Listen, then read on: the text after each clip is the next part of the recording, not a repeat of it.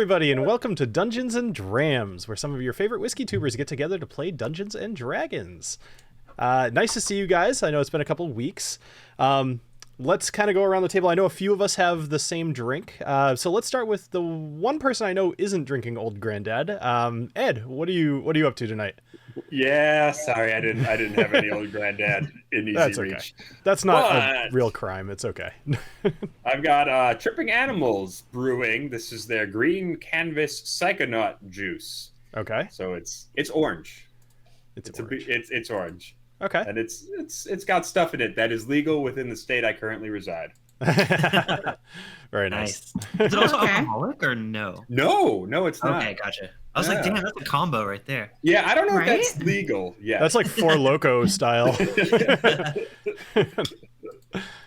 I do kind of want, like, I as somebody who does not partake, I do kind of wonder what it would be like to be both states at the same time and how that would really interact together. I'm sure a lot of people could tell you. Yeah, it's I'm sure. Tricky balance.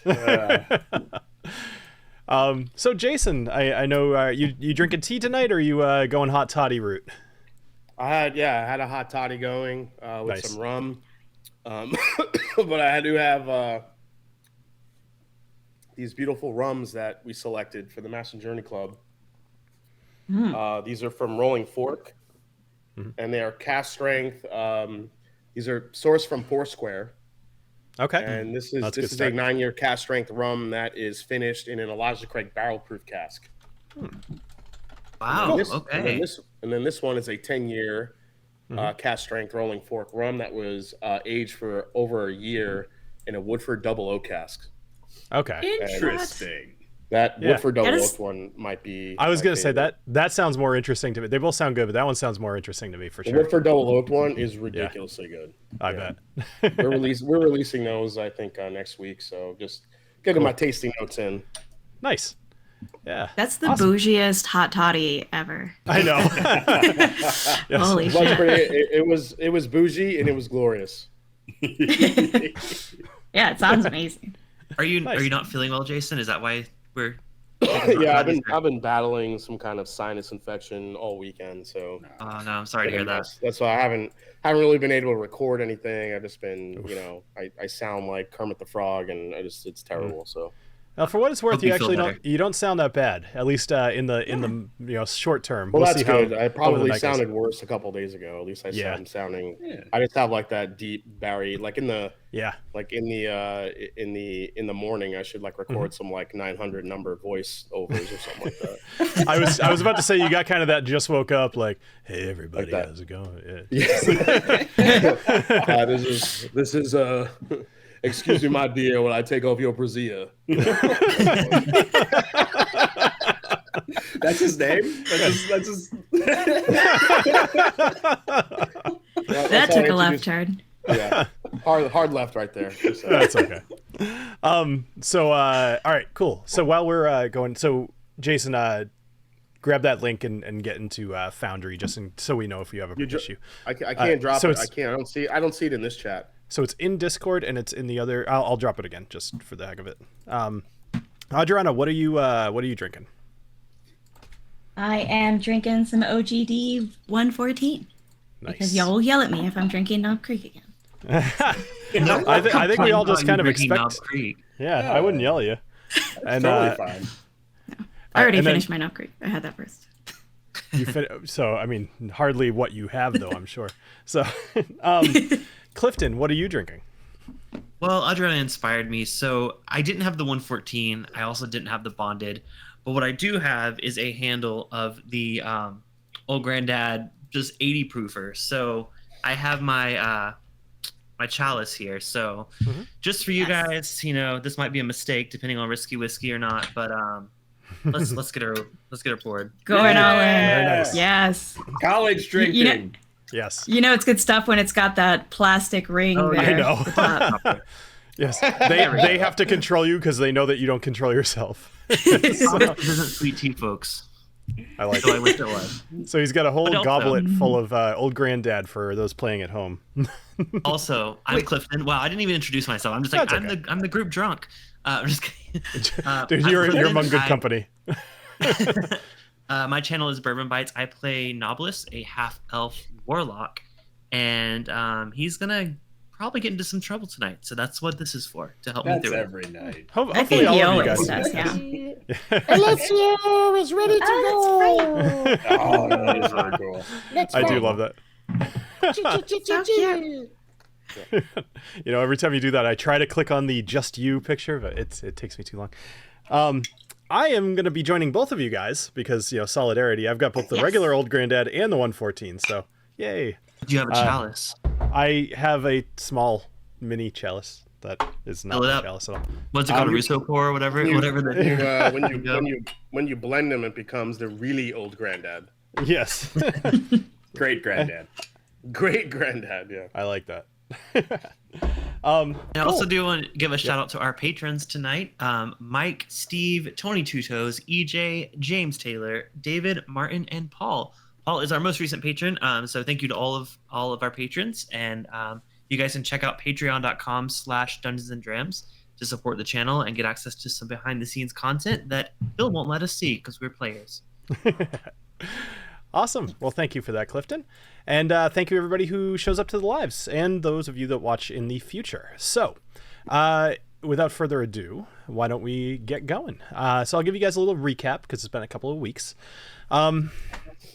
When last we saw Snortimer's soldiers, which I still laugh occasionally when I write that. I'm like, that was just so long ago. Like, yeah, soldiers for a pig. Snortimer. Why not? Yeah. It was a formative experience. It was. for It all was of very us. good. All right. So when last we saw Snortimer's soldiers, the group had left the Chamber of Kings and followed Ragnar Goldbeard back to his house, where Ragnar was doing everything he could to impress our apparent resident celebrity, Noro. Ragnar listened intently to Agnomeio's tales of heroics, while Knobolas snuck off with Ragnar's wife, Alicia, to help her make tea. A private. I chose my words properly. I liked it. Make tea. A private conversation between Knobolas and Alicia revealed that she had been suspicious of Ragnar's infidelity for a time, and she prodded Knobolas for information. Knobolas shared some details with her, and in doing so, broached the subject of his patron, Sulgradan, and how he may be able to help Alicia if she were feeling a bit powerless. Meanwhile, Ragnar was swinging around Agnomeio's whip and enjoying himself when the guards, assigned to clean up the mess of the luminous golem, came up from below the house and informed Ragnar of the missing Chalice of Kings. Ragnar began to grow suspicious before Agnomeio, in a moment of genius, redirected the suspicions back over to the Obsidian Daggers, a group of shady dwarves just outside the Goldbeard clan's quarter. As I was writing this, I'm like, this whole episode took like 14 twists and turns. This is a complicated recap. So That's what makes it a good heist, you know? yeah, right. As if timed by an overzealous dungeon master, an explosion rocked Erngor Zuik, and the group heard screams coming from outside of the house. This led to a fight in the streets between corrupted kobolds and denizens of the Underdark. Snortimer soldiers killed the kobolds, the creatures, and Alessio saved a trapped dwarven woman from a burning building. But the fight is over, and the group stands with within the burning city, hastily making their way towards the Skyway to board a skyship that they hope is still there. So we are going to go back into the burning Erngor Zuik.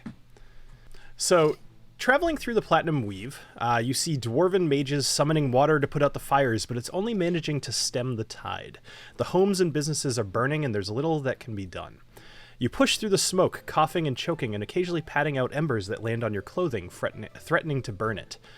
You approach a massive stone that's sticking out of the ground that definitely wasn't there yesterday. Beneath the stone is a building, crushed, with dead dwarves laying on the ground surrounding it, and the building is on fire. In the distance, you see another building, strangely not ablaze, but surrounded by a makeshift burning fence. All right. Makeshift burning fence. So, I ask you, what would you like to do? Or if you have more questions. That was a whole lot of talking. Feel free to ask. Yeah, so the scene we're looking at right now, we're next to a burning... What's that's on fire right immediately above Sure. us? Directly above you it's like a market square that's on fire. Basically, you are surrounded by buildings from the Platinum Weave quarter that are on fire. Okay. And there's this one here to the right that's on fire. That's the one that the stone is on top of. Correct. And then off in the distance How big to is this stone? So this stone is gigantic. It is probably 50, maybe 60 feet tall. It's huge, and it's just a giant boulder. It had fallen from the ceiling of Urngorzuk, this giant cave in the mountain. Okay. Does it look like it was like chiseled to purposely fall, like by the kobolds? What it looks like is, and you could kind of tell this as you've been walking through, even though the smoke is very thick here, there's various holes in the ceiling. And if you remember back from, I think it was yesterday in game, which a lot has happened in a day, the kobolds, you had actually heard from one of the Ironbeard dwarves that the kobolds had been up on the ceiling for longer than you were expecting, or than he was expecting, considering all they do is clean out the chimneys of some of the soot that goes up there. So it seems as very much as if they had placed some sort of explosive charges in order to make this whole event happen. All right. What's the building that's above us, but it's behind the one on fire, the one kind of in the middle of those three buildings? Sorry. Is that? So basically, you're just kind of like, you had been walking through the town, and you are surrounded by some of the buildings. As you're emerging from the Platinum Quarter, the Skyway is very close to where you are. You're basically leaving some burning buildings. Oh, okay. Yeah. Right, we should probably head to the Skyway immediately before something else falls on our head. For sure. I was also going to ask, as we're moving that way, the makeshift fence, like this barricade that's over here, that this barricade. Yes. It's not that somebody's fence caught on fire. Somebody put up an intentionally burning fence. Yeah, this is a makeshift barricade is a good word for it. You see, it's harder to see because it's a little further away and it's very smoky, but from what you can tell is somebody has erected a barricade of sorts and set it on fire as a way to, block something. Oh, okay. Yeah, I see some more shit going on down there. Oh, boy. Well, I guess we're going to have to get all Jean Valjean and storm this barricade. All right. Yes. Do we have enough time to storm the barricade? I guess we should. It's up to Are we you. all just gonna run up at it, or should we some of us hang back, or maybe go, Well, I don't Is know, that the only way to go? I think we're going to have to through go the by the barricade because I don't think we can get through. Maybe we can.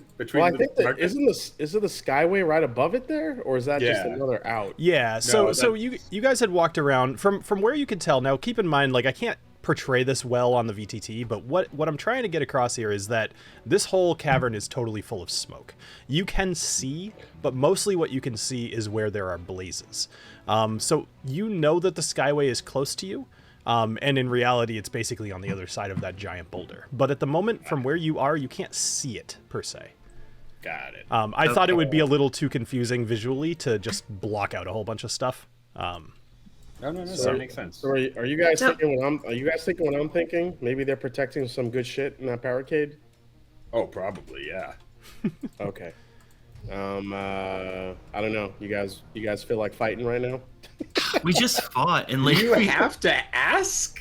Of course I feel like I'm not asking you. I wasn't asking you. I always know what your answer is going to be, buddy. I want to ask the other people on the team.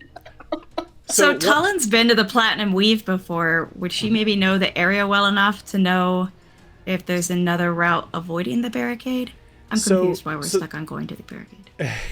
So it's hard to know for, you know what, let's do this. Why don't you roll a perception check? I'm gonna give you a little bit more information, and while you're rolling that, I'll also tell you that this whole time, as you guys have been making your way through the city, Lil Grizz, whose owner had been killed in the last encounter, has been following you all this whole time. He's actually, if I remember have that correctly, right down to ask. He's actually been riding on top of Booker. I was just gonna say, if Little Grizz is riding Booker, that is a D&D cuteness record. Well, you can blame Adriana for that. She actually put him on there. So Okay. Yes. Good job. All right, Adriana. what did you roll? With my new dice tray, I rolled a 13 total.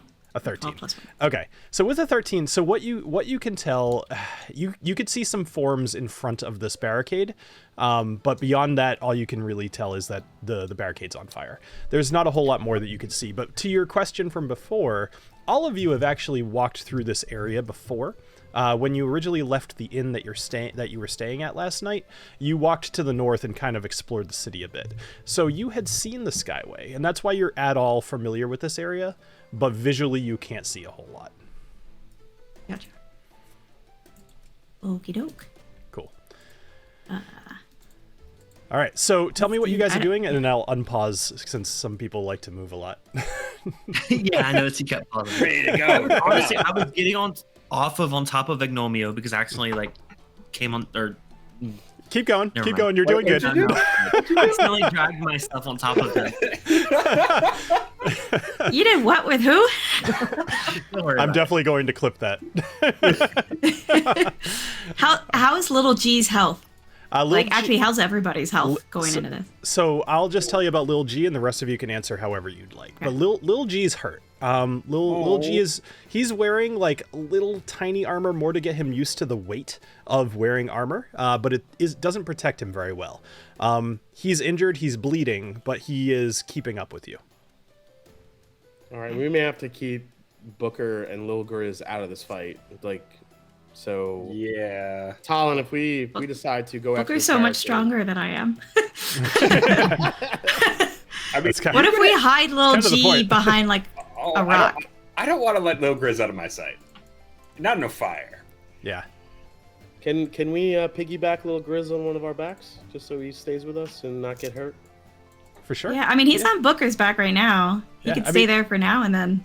So you all have Midst backpack. of Like the if fight. one of you would like to carry Lil Grizz, just let me know who, and that's totally a doable thing. Lil Grizz in our backpack. Yeah, like Lil Yoda. Can he go in the bag of holding? I was gonna say you all, well, so yeah. you could, but he would suffocate after 10 minutes. Well, that's terrible. Damn. Oh, Well, that's terrible. not do that. Jesus, Bill. Don't do that, Oh my don't do that. God. That's not my. Says it in the I like that description you of the know item. that though. I like that. That's an option. Yeah, I knew it like off the top of my head too. Not even a question. Yeah. All right. So what are you guys doing? Because something's about to happen. All right. Throw Lil Grizz in TaLin's bag. Yeah? Yeah. Yeah. Well, he's just on. Yeah, he's on my back, and that way Booker is more useful. Okay. Okay. Cool. From the south, you actually see three dwarves that are kind of fighting against something that you can't see. These are to the southwest of you at the moment, and then they notice you and they start kind of walking towards you, waving at you.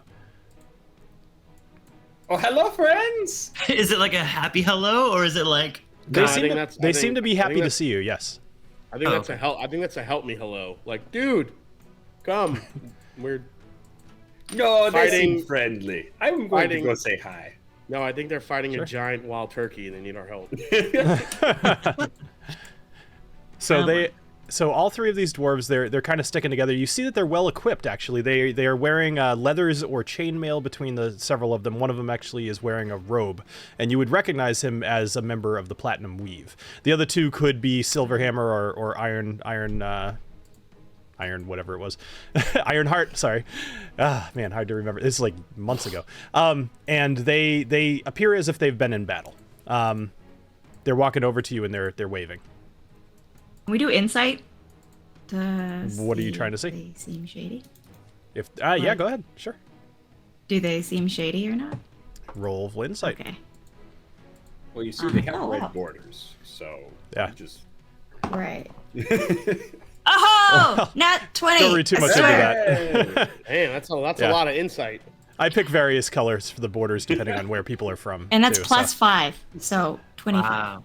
She knows Alright, so- everything. So you rolled a 25. So yeah, there's definitely something up with them. Actually, you see that they're all bleeding from the ears, and they're definitely walking uncomfortably. Like they're being What controlled. did you do?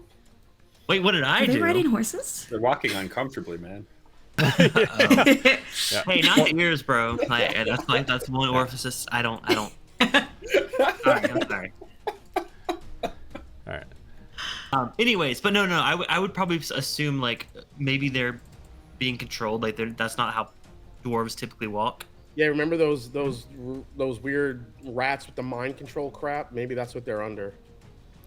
Oh, Yeah, I mean, with a 25, you would certainly, TaLin, you would know something is wrong, just not necessarily what.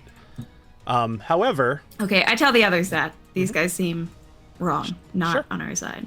They're still walking towards us, waving happily. Absolutely, and what we're going to do is we're going to roll for initiative.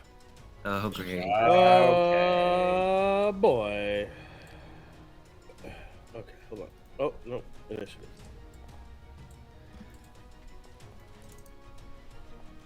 Oh, good. I lost.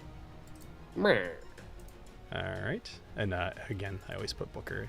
I think it's just I select him and I tell everybody to be in it. All right, so we're going to begin combat. The first person to act is one of the controlled dwarves. So he sees you, Agnomeio. You are the closest one to him. And he is going to... Actually, what is... Let me see this real quick. Okay, so the first controlled dwarf, he's going to target you, Agnomeio, and he's going to... You're going to kind of lock eyes with him, and suddenly you're kind of overtaken mentally with just this fear. And he's going to use a thing called mental shock on you, which should be... Hold on, sorry. That should be charged. And I'd like you to roll an intelligence saving throw, please. Oh, I am shocked. All right, so he is gonna do 28 points of psychic damage to you. Oh, jeez. As he kind of just this psychic thing. It feels like your brain is. Whiskey. I'm not gonna chug this because that's a poor idea. That's fair. Man, I got a chalice to do. Oh, fine. Do whatever you think is fair. Oh wait, I forget it's not alcohol. Like I said, oh fuck. Oh man, we're about to see a real whole nother side of Agnomeio. All right. He's just suddenly hungry. Just the munchies. Yeah, probably. That'll be part of it. All right, rolling another save. Come on. Come on. There we go. 20. Oh, that's much better. All right, so you are going to... What did I roll? 28. So you're going to take 14 points of psychic damage. Okay. As you feel your brain like squeezing, and you feel a trickle of blood kind of drip out of your left ear. Okay. So he looks at you, and now he does this move, and then he's going to charge towards you. And that will be his move. Now, the next controlled dwarf, he's going to go next. He's actually also going to make an attack against you, Agnomeio. Same deal. Although, again, I should have had this thing charged. All right, so he is going to use his mental shock ability on you. Roll another intelligence saving throw. Okay. Ooh, you're lucky on that one. So you're going to take 15 points of damage. Okay. All right, and then he is also he's gonna run towards these boxes. He's gonna jump up on top of them, and kind of your spirit animal, and he's gonna get right up in your face. Excuse me. I jump on tables. I am much more classy. Yes, that's fair. All right, so you now have these two controlled dwarves in front of you, and what you see is that whereas before it just looked like a little bit of blood dripping out of their ears are completely covered in blood, and there is just a ton of this. You see a vacant look in their eyes, and they seem just not in themselves, like almost like a zombie. All right, Knobolas, you are up. Shoot. Okay. I'm gonna get some distance here. Like I'm gonna back up a little bit closer to this burning building over here. It's like because one of the guys is up on standing on the bricks, the boxes, right? Yep. You could definitely, especially with Agnomeio's height, you could definitely hit him without worrying about Agnomeio. Oh, I wasn't worried about it. Yeah, no, I wouldn't be. I'm gonna Eldritch Blast the one that just jumped up to the top of the things first. Okay.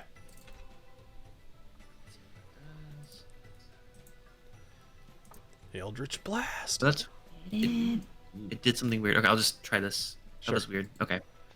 There we go. Oh. Ooh, no. No. So a 1. How full is that glass? An 11. An 11 will not hit. Risky whiskey. Okay.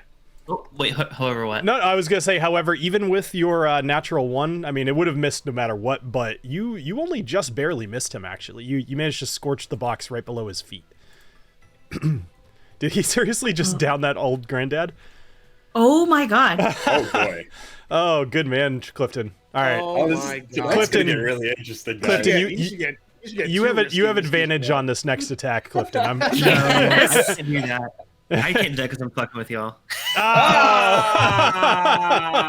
All right, But I appreciate I your will go honesty. risky whiskey, just not with advantage because I Fair. can't get credit for that. Nice. All right, let's try that again. Holy crap. Man, the risky whiskey's coming out early tonight. I know. Ooh, yes. You guys. All right. Yeah. A 19 will hit. Go ahead and roll damage. All right.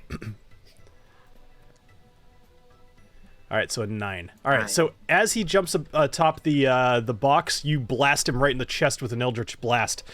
He gets knocked back a little bit, but he's mostly okay. Well, I get to knock him back 10 feet, so I want to knock him off. That's fair. Okay, so yes, actually, I'm gonna make him roll to see if he falls over. So he's gonna roll in a. Let's go athletics. All right, so he lands on his feet, but he is pushed off of the boxes. Okay. I'd like to All right. use my second Eldritch Blast on the other guy. Okay. Go for it. And then TaLin, you're on deck. Oh man. All right. 13? A 13 will hit. Okay, great. Damn. These guys are a bit slow. They're easy to kill, or easy to hit anyway. 7. So another 7 points of damage, and he'll get pushed back as well. So he's gonna get pushed back, right back over here. Okay, cool. Anything else? Okay. You know what? These guys creep me out with the whole like bleeding ear thing. I'm gonna like move even further, like kind of like distance myself, kind of hiding behind this rock right here. Okay, cool. So as you move towards that rock, you actually walk into something thick, and you get stuck. You suddenly can't breathe as you realize that you've walked directly into a gelatinous cube. Whoa! Oh no! Oh, that's not great. So you yeah. You just spawned that. That was not there. I swear it was. So but here's the thing. You are stuck, and anybody who looks directly at you, like Alessio probably notices what happened, but I would hesitate to say that anybody else would see what just happened to you through the fog or through the smoke and just the fact that as you enter this thing, it pretty much engulfs you and you can't make a noise or do anything. Well, All right. shit. So now he'll be joining the initiative. Yay. All right, and there's really nothing else you could do, Knobolas. So TaLin, you're up. Okie doke. So, did the one dwarf leave Agnomeio? They both got knocked down their tuchuses. Yep. You're welcome. Yeah. Nice. Yes, thank you. No, it's great. Yeah. Because they were on top of the boxes. So can I still see them? Or are they like hidden behind these boxes? Oh, sorry. Let me interrupt for 1 sec. I forgot. I actually do need to roll. More so, Knobolas, I need you to roll a dexterity saving throw with disadvantage. Why disadvantage? Because you didn't see that it was there, and basically it's you reacting to this thing all of a sudden just running into a thick wall that you couldn't see. So just, disadvantage. I'm not trying to argue. I'm just No, curious. I'm explaining. Oh, for no. All right, That's so not you're good. definitely stuck. Oh. You're stuck in this thing. So, on a failed save, the cube enters the creature's space, and the creature takes 10. I'll just have you take 10 acid damage, and you're engulfed. The engulfed creature can't breathe. It's restrained and takes 21 acid damage at the start of each of its of the cube's turns. So you take 10 points of damage, and 21 every time the cube has a turn. You'll be able to make an attempt to escape as well. Yay. I'm gonna make you up just a little bit. Knobolas hasn't died yet in go. all of this, so I think know. Knobolas is fucked. Yeah, I was happy to put that little guy there. I actually thought it would be Alessio because he was only 10 feet from it where it spawned. So, all right, TaLin, what are you up to? Rude. So TaLin is going to shoot at the dwarves. Okay. Whichever one she can see. I don't know if the boxes are an issue now. So, So I would say you're shooting with your arrow. You could definitely shoot around Yes. what's going on. You could see the dwarves. All right. Okay, cool. Which one were you shooting at? I'm so sorry. that's it. The one on the left?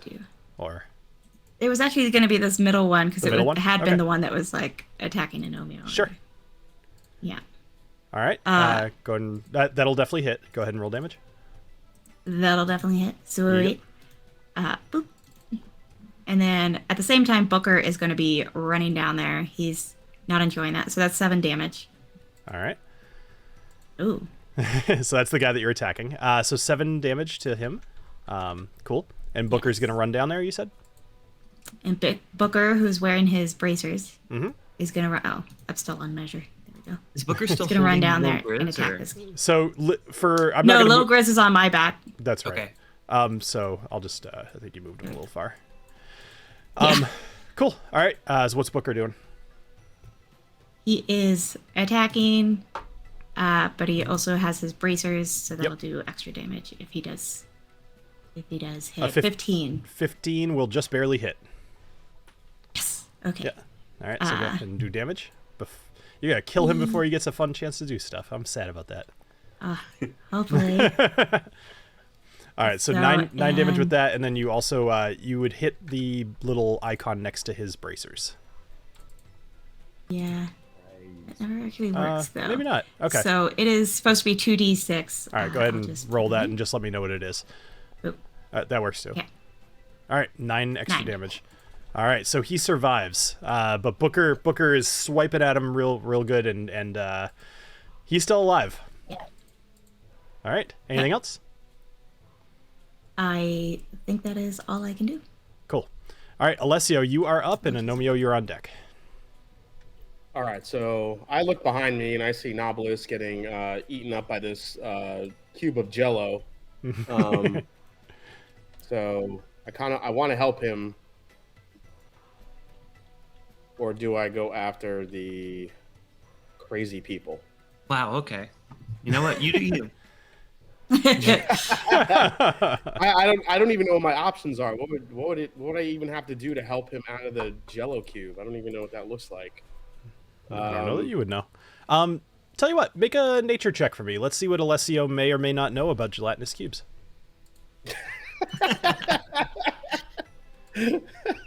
15. All right, so I'll give you a little bit of info.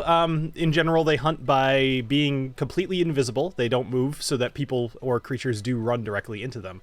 They dissolve creatures using acid, but they also have these, like, they're called pseudopods, but they like lash out and can whack you. Mostly they are happy to just kind of sit there and digest. They're not very intelligent, so they might not know to run away. But as far as like escaping, you could try to pull Knobolas out, or Knobolas needs to try to make his own escape. Can you see it when somebody's inside of it? Like, You does that can make it a tell little that more Knobolas obvious? is just kind of hovering in nothing, so you could assume something's Okay. there, but you still really can't see it unless there's stuff floating in it, which in this case there was not. All right, well, I don't want to get close to it because I don't want to get sucked up either. Mm-hmm. Can need a I can I tie a rope to an arrow and try to shoot it in there? And then You pull him could. out? The most that would do is give Knobolas like an advantage on trying to save himself. Hey, that's Okay. As far as Knobolas, if he tried to save himself, what does he have to do? Just roll to get out? Correct. Yep. Great question. Oh wait, so it's just like a the roll I did earlier, the dexterity. So in this case, it's going to be. Sorry. I had it. I just looked at it like 2 seconds ago. Engulfed creature could try to escape by taking an action, making a strength check. I'm not going to tell you what you have to build. Wait, no, it does the strength check, not me. No, you do. So you Don't need to you have a roll. lot of, Oh no! doesn't he have a lot of strength He's got or gym no? muscles. No. It's a facade. It's a facade. All right. What are you doing, Alessio? Oh God. It's just- 5, Injecting silicone. 4. I'm gonna go 3. after these guys. I'm sorry. All right. Knobolas. What are you doing? Cool. No. Look, they're all Yep. lined up, so I'm gonna hit them with my my javelin Yeah? of lightning. Perfect. All right. So you're They're going to aim for the lined far up. guy, I Oh, would assume. sweet. Yep. Yep, they Cool. are lined up, baby. Here we go. I like that Sweet because throw. Knobolas actually put them in Hit 'em that all. line. Oh It was- my God! an 11 is not going to hit. I'm gonna have to risky whiskey it too. Shit, this is sucking tonight. Oh, I like Hold that you guys on. are all using them now. I need the rum. Wait, what? There you go. All right. Let's try I like again. that. I like that you were eager on that. I was actually going to let you off the hook tonight since you're not feeling well. There we but- go. All right, 22 will do it. All right, so I will tell you that you're gonna kill 2 of these guys most likely. So, but it's fine. Roll your Javelin of Lightning's damage, which, if I remember correctly, is kind of like what it does to everybody in between you and them, and then more damage to the one that you hit. Yeah. So. Right. So it's gonna be 8 damage to the one that you actually hit, but then you also roll additional damage for Turn back to javelin, making target takes damage from the javelin plus 4d6 lightning damage. Right. Yeah. So roll So 4d6. Oh, yes. Roll 4d6. Okay. Yep. Roll 4 of them. Yep. Okay.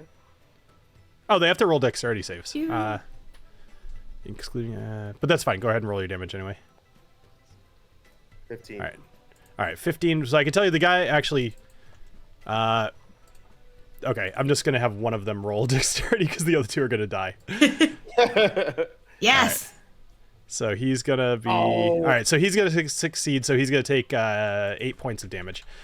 So the one that appears to be some sort of a mage or something, he falls to the ground dead, and the initial guy falls to the ground dead. Nice. All right, but there's one left. Okay. The one closest to you. Yeah. Yep. So I'll do my little bonus action to kind of dash next to Agnomeio. Sure. All right. Okay. You smell the smell of singed dwarf hair. It's kind of gross. It smells worse than normal hair. All right, Agnomeio, you're up. Aha! Time for stabbing. Now whipping? Weep. No, it's a stabbing time right now. It feels like stabs. I was just thinking of Knobolas. I don't know about what happened in Knobolas. As far as I Oh, know, that's right. Knobolas is Yeah. fine. Blub, blub. Alessio, you gotta tell us stuff. As you ran away from Knobolas and was like, I'm gonna go kill these guys instead. So, never mind. All right. I didn't want them to mind fuck anyone else. Oh my 12. god. We can't roll tonight. Yeah. Does 12 do anything? 12. I'm sorry. 12 will hit. Yes, I was reading something. Oh, it Well, does. Lucky me. Yeah, lucky 12 will duck. hit, and 21. Wow. All right. oh, that'll do it. That guy's dead. All right, That so guy's he dead. falls. Hell yeah. He falls to the ground dead as well. All right. So for the moment, now all you see is actually, I would say, Agnomeio, you probably see Knobolas hovering in the air at this point. TaLin probably as well. More so, you notice the lack of Knobolas interacting with anything. All right. Up next is the gelatinous cube. So on its turn, Knobolas, you're going to be taking some damage here. 21 points of damage. So I'm not trying to do a roll or anything. Not yet. Nope, not until your turn. All right, so it's going to do 21 points of damage to you, and that's actually going to end its turn because it doesn't really know to like run or anything like that. Knobolas, it is your turn now. Well, great. Well, first of all, I'd like to use guidance on myself. I'd like Okay. to touch myself. What is guidance an action or a bonus action? It is a cantrip, so it is a action. It's an action. Yeah. So that would be in place. Well, first, all right, that's fine. I'll allow that. That's fine. So you can guide yourself and then make a strength check. All right. That's with advantage, right? No, guidance gives you an extra D4, I believe. Oh, sorry. Yeah, you're right. You're right. Sorry, I'm panicking. That's okay. Okay, strength You check. should be. That's what I'm going for. Okay, so I got a 8. So I get an extra. You said D4. Correct. Let's see what you roll. This will be interesting. An 8. I didn't roll. Sorry, that was no. Wait, what? Oh, yeah. All right. So that 4 is plus 8. you needed to roll a 12.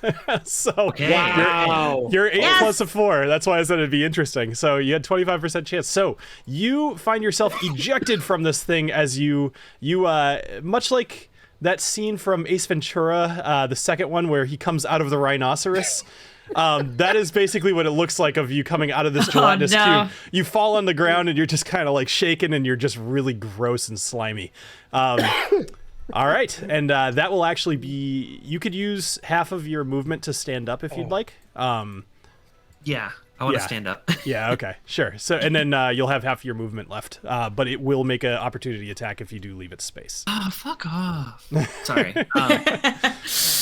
How is the gelatinous cube going to attack him as it goes away? What's it going to do? Shoot Jello at him? It has these little things called pseudopods, similar to a mimic. It's basically like it like lashes out with like a tentacle kind of thing. Oh, okay. All right. So what are you doing, Knobolas?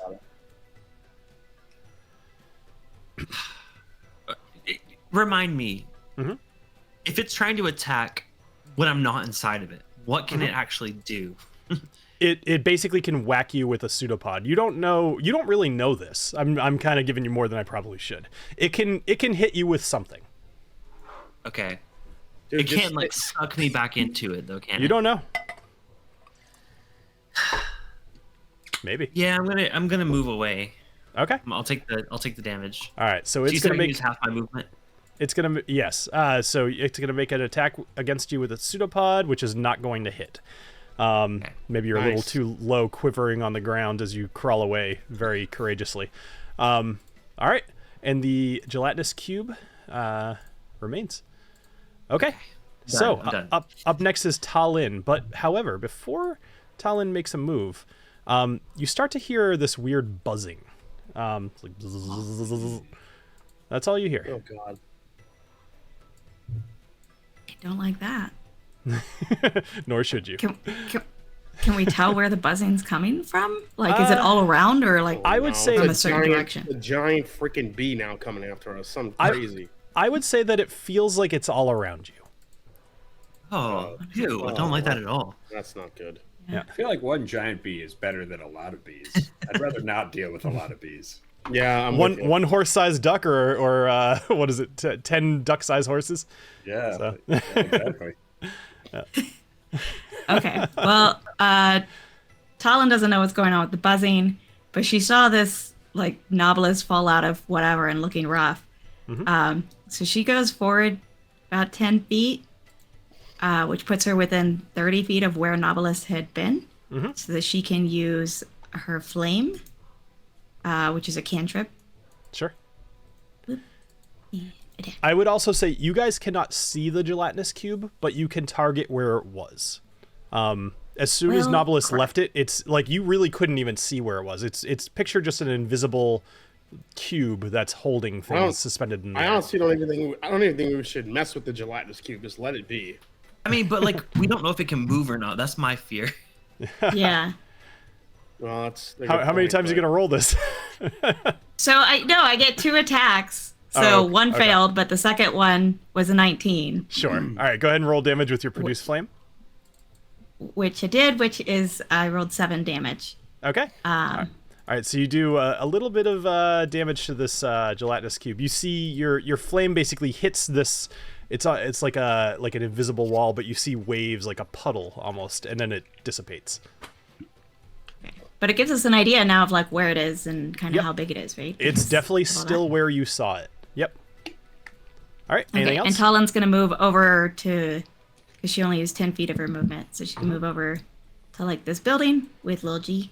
Sure. He's gonna come with me, and just to take cover because she's confused about what that was. Sure. Aren't we all? And I call Booker back to me, and he brings back my arrow that I shot. Sure. All right. So Alessio, it's going to be your turn, but at this point you start to notice that there is another group of dwarves that are fighting to your south. And they're fighting with one of the creatures that you had seen in the previous fight called a hook horror. This thing is standing about 8 feet tall, so it's about twice as tall as they are, and it's just lashing out at them with these giant razor-sharp claws, these long fingers. And two of the dwarves are one of the dwarf is on foot with this large warhammer, but 2 of them are riding on black bears with a shield and a warhammer in their hands. And they're doing well against this. You can see that it's a well-matched fight, 3v1. You don't know how the fight will transpire, but at the moment they seem to be holding their own. They seem to be holding their own? Correct. Against this thing. Like, you're not sure who's going to win, but they're not getting overpowered, and neither is the creature. Okay.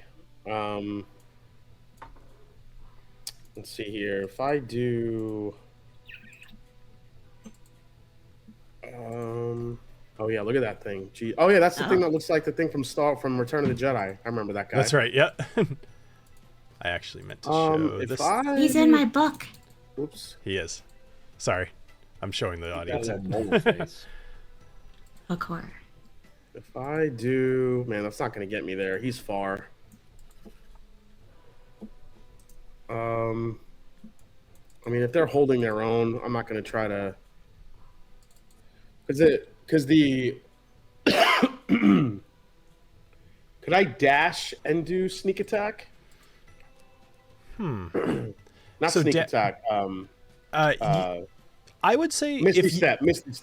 You Dash and Misty step. No, because so dash is going to be your bonus action, but so is Misty Step. Right. So yeah, I won't get there. Yeah, if you dashed, I don't think you can get there, can you? If you dashed, you could get to it. At which point you could attack, and because it's otherwise preoccupied, you would get advantage, which is equivalent to, advantage plus. All right, so the dash gives me the dash. You could be a gives me badass 60 if you dashed. Yeah. All right, I'm gonna dash then. I'm gonna go. I'm gonna go the 60 feet. Go right behind him. Sure. Boom. I gotta get a little closer, right? Okay. I'm going to use my. I'm gonna go with my Glacial Sting. Okay. Do an attack. And with advantage, you said, correct? With advantage, yep. So, which is also going to get you your sneak attack. 22. Oh, damn. 22 will hit. All right, let me go to my sneak attack. Who are these people? Why are you helping them? So at this point you could definitely see they're very clearly Ironheart dwarves. They're part of the military of Erngor Zuik. This is their job and they are actually doing it. You hit for 16 damage with your regular attack. And now go ahead and roll sneak attack damage. As you run out of the smoke and ember filled city, and you just dive into this thing with your rapier. So you do an additional 18 points of damage for a total of what is 16 plus 18. That's a lot. 38, something like that. Or 34. So that's a lot of damage. Nice job. All right. Thanks. Anything else? No, that's it. I already used my bonus action, so I'm in it. Cool. Agnomeio, you're up. Aha!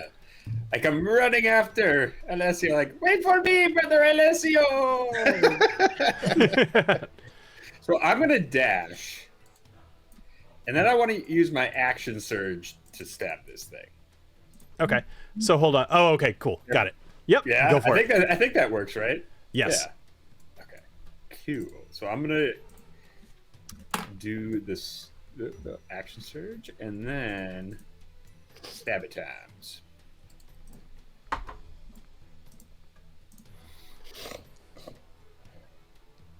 $19. A 19 will hit. Go ahead and roll damage. Right. And 16 damage. Excellent. So, here's what happens. As Alessio stabs this thing in the back, you also come running up and you stab it. And both Rhymegeist and what is it? Pyroxis? Pyroxis. Oh, yeah. As Rhymegeist and Pyroxis are both in the creature, I'd like you both to roll a d6. Oh, this will be interesting. They're both in the creature. They work together. All right. So as they're both in the creature, Alessio, you feel the blade start to shake. And Agnomeio, you feel the blade start to shake. Alessio, your blade grows cold, and Agnomeio, your blade grows hot. And you see around your blades, they connect, and electricity flows between them, and you do an additional 4 points of electric damage, lightning damage to the hook horror, as these blades work together when you hit something in the same turn. Oh shit! Nice. That is some fantasy badassery right there. Awesome. Now, I will say you guys don't know how many times a day this will happen. But for the moment, it's at least one. Very cool. All right. Anything else, Agnomeio? No. No. Wait, Agnomeio. When it happens, we look at each other, and then what do you say? Yeah, I like this. You may take a moment if you'd like. Oh. I'm trying to think of what's a good one. So while you're thinking, I'm going to take a turn with the gelatinous cube. So the gelatinous cube is going to disappear from your view as it moves its whatever it decides to do. And then I will wait until I do my next thing. Oh, I was gonna say, danger, high voltage. I was gonna say, I look back at you and I go, 1.21 gigawatts.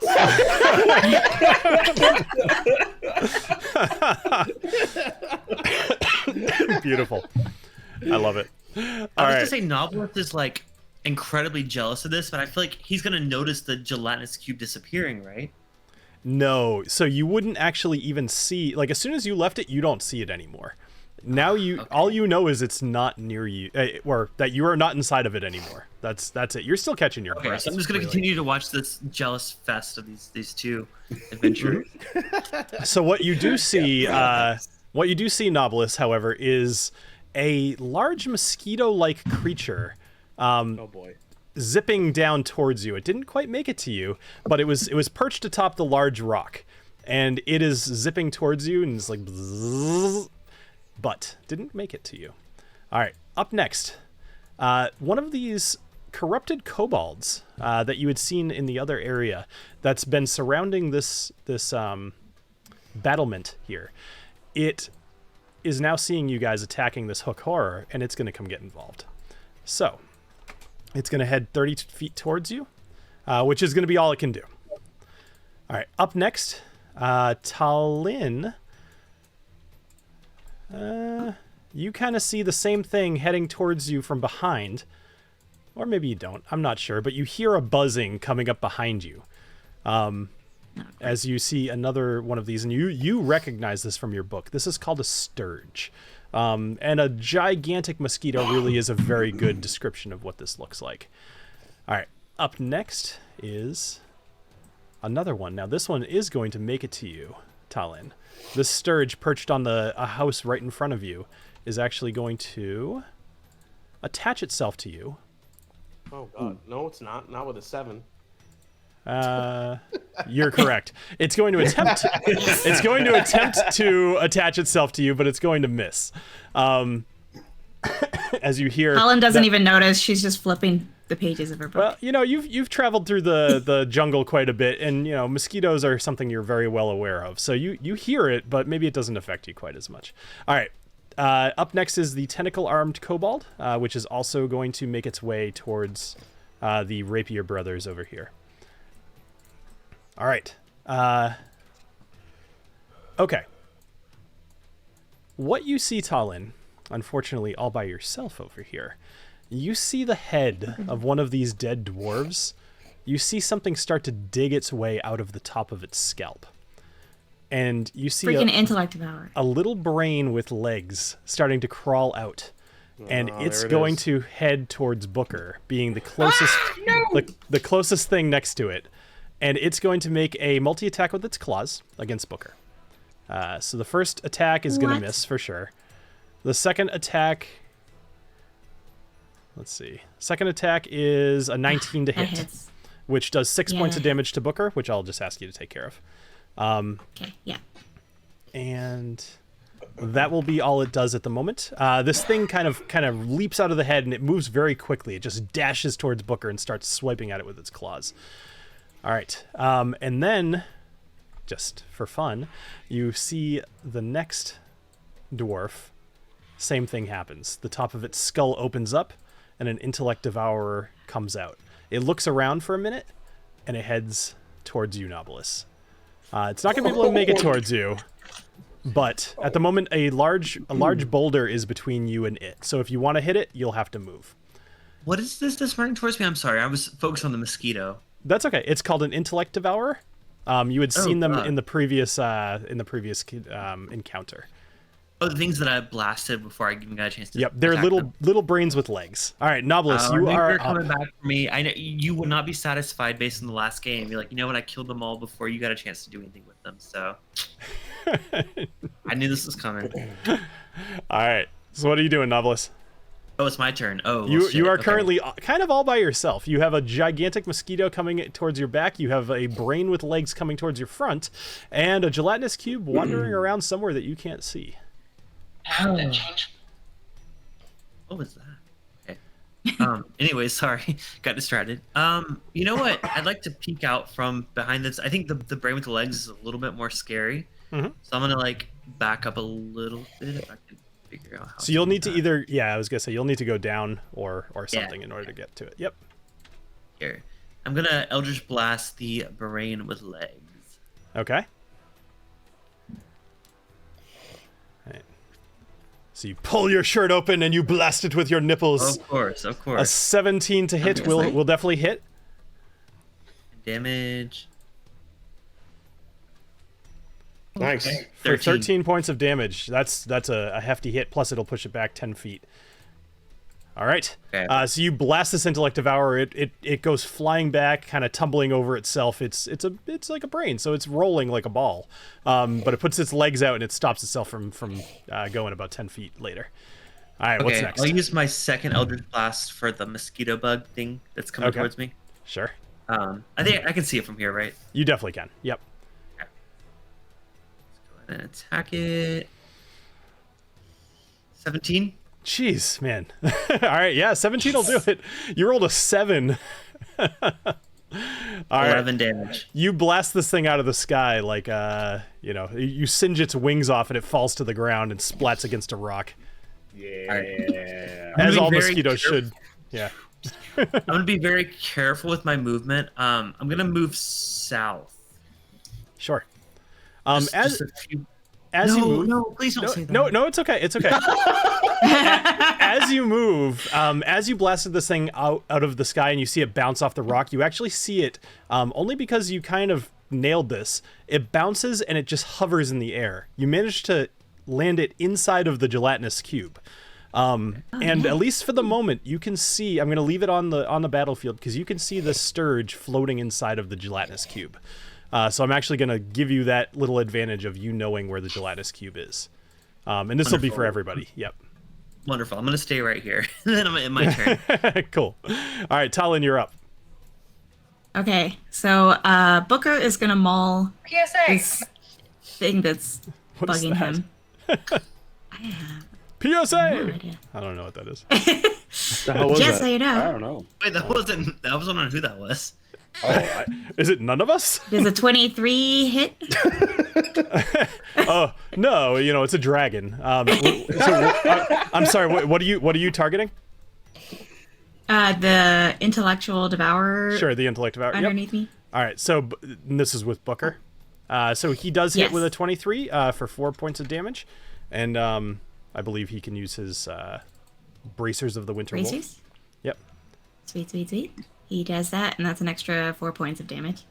Oh, you know what? Actually, if you remember, you and I nerfed his Bracers a little bit because we thought that they were a little bit too powerful, and it's a 1d4. It's not a 2d6. If you look in his in the description, because 2d6 was a lot. For this one, you rolled a 4. I'll just give you 4 points of damage, but going forward, we'll do 1d4. 1d4? Yep.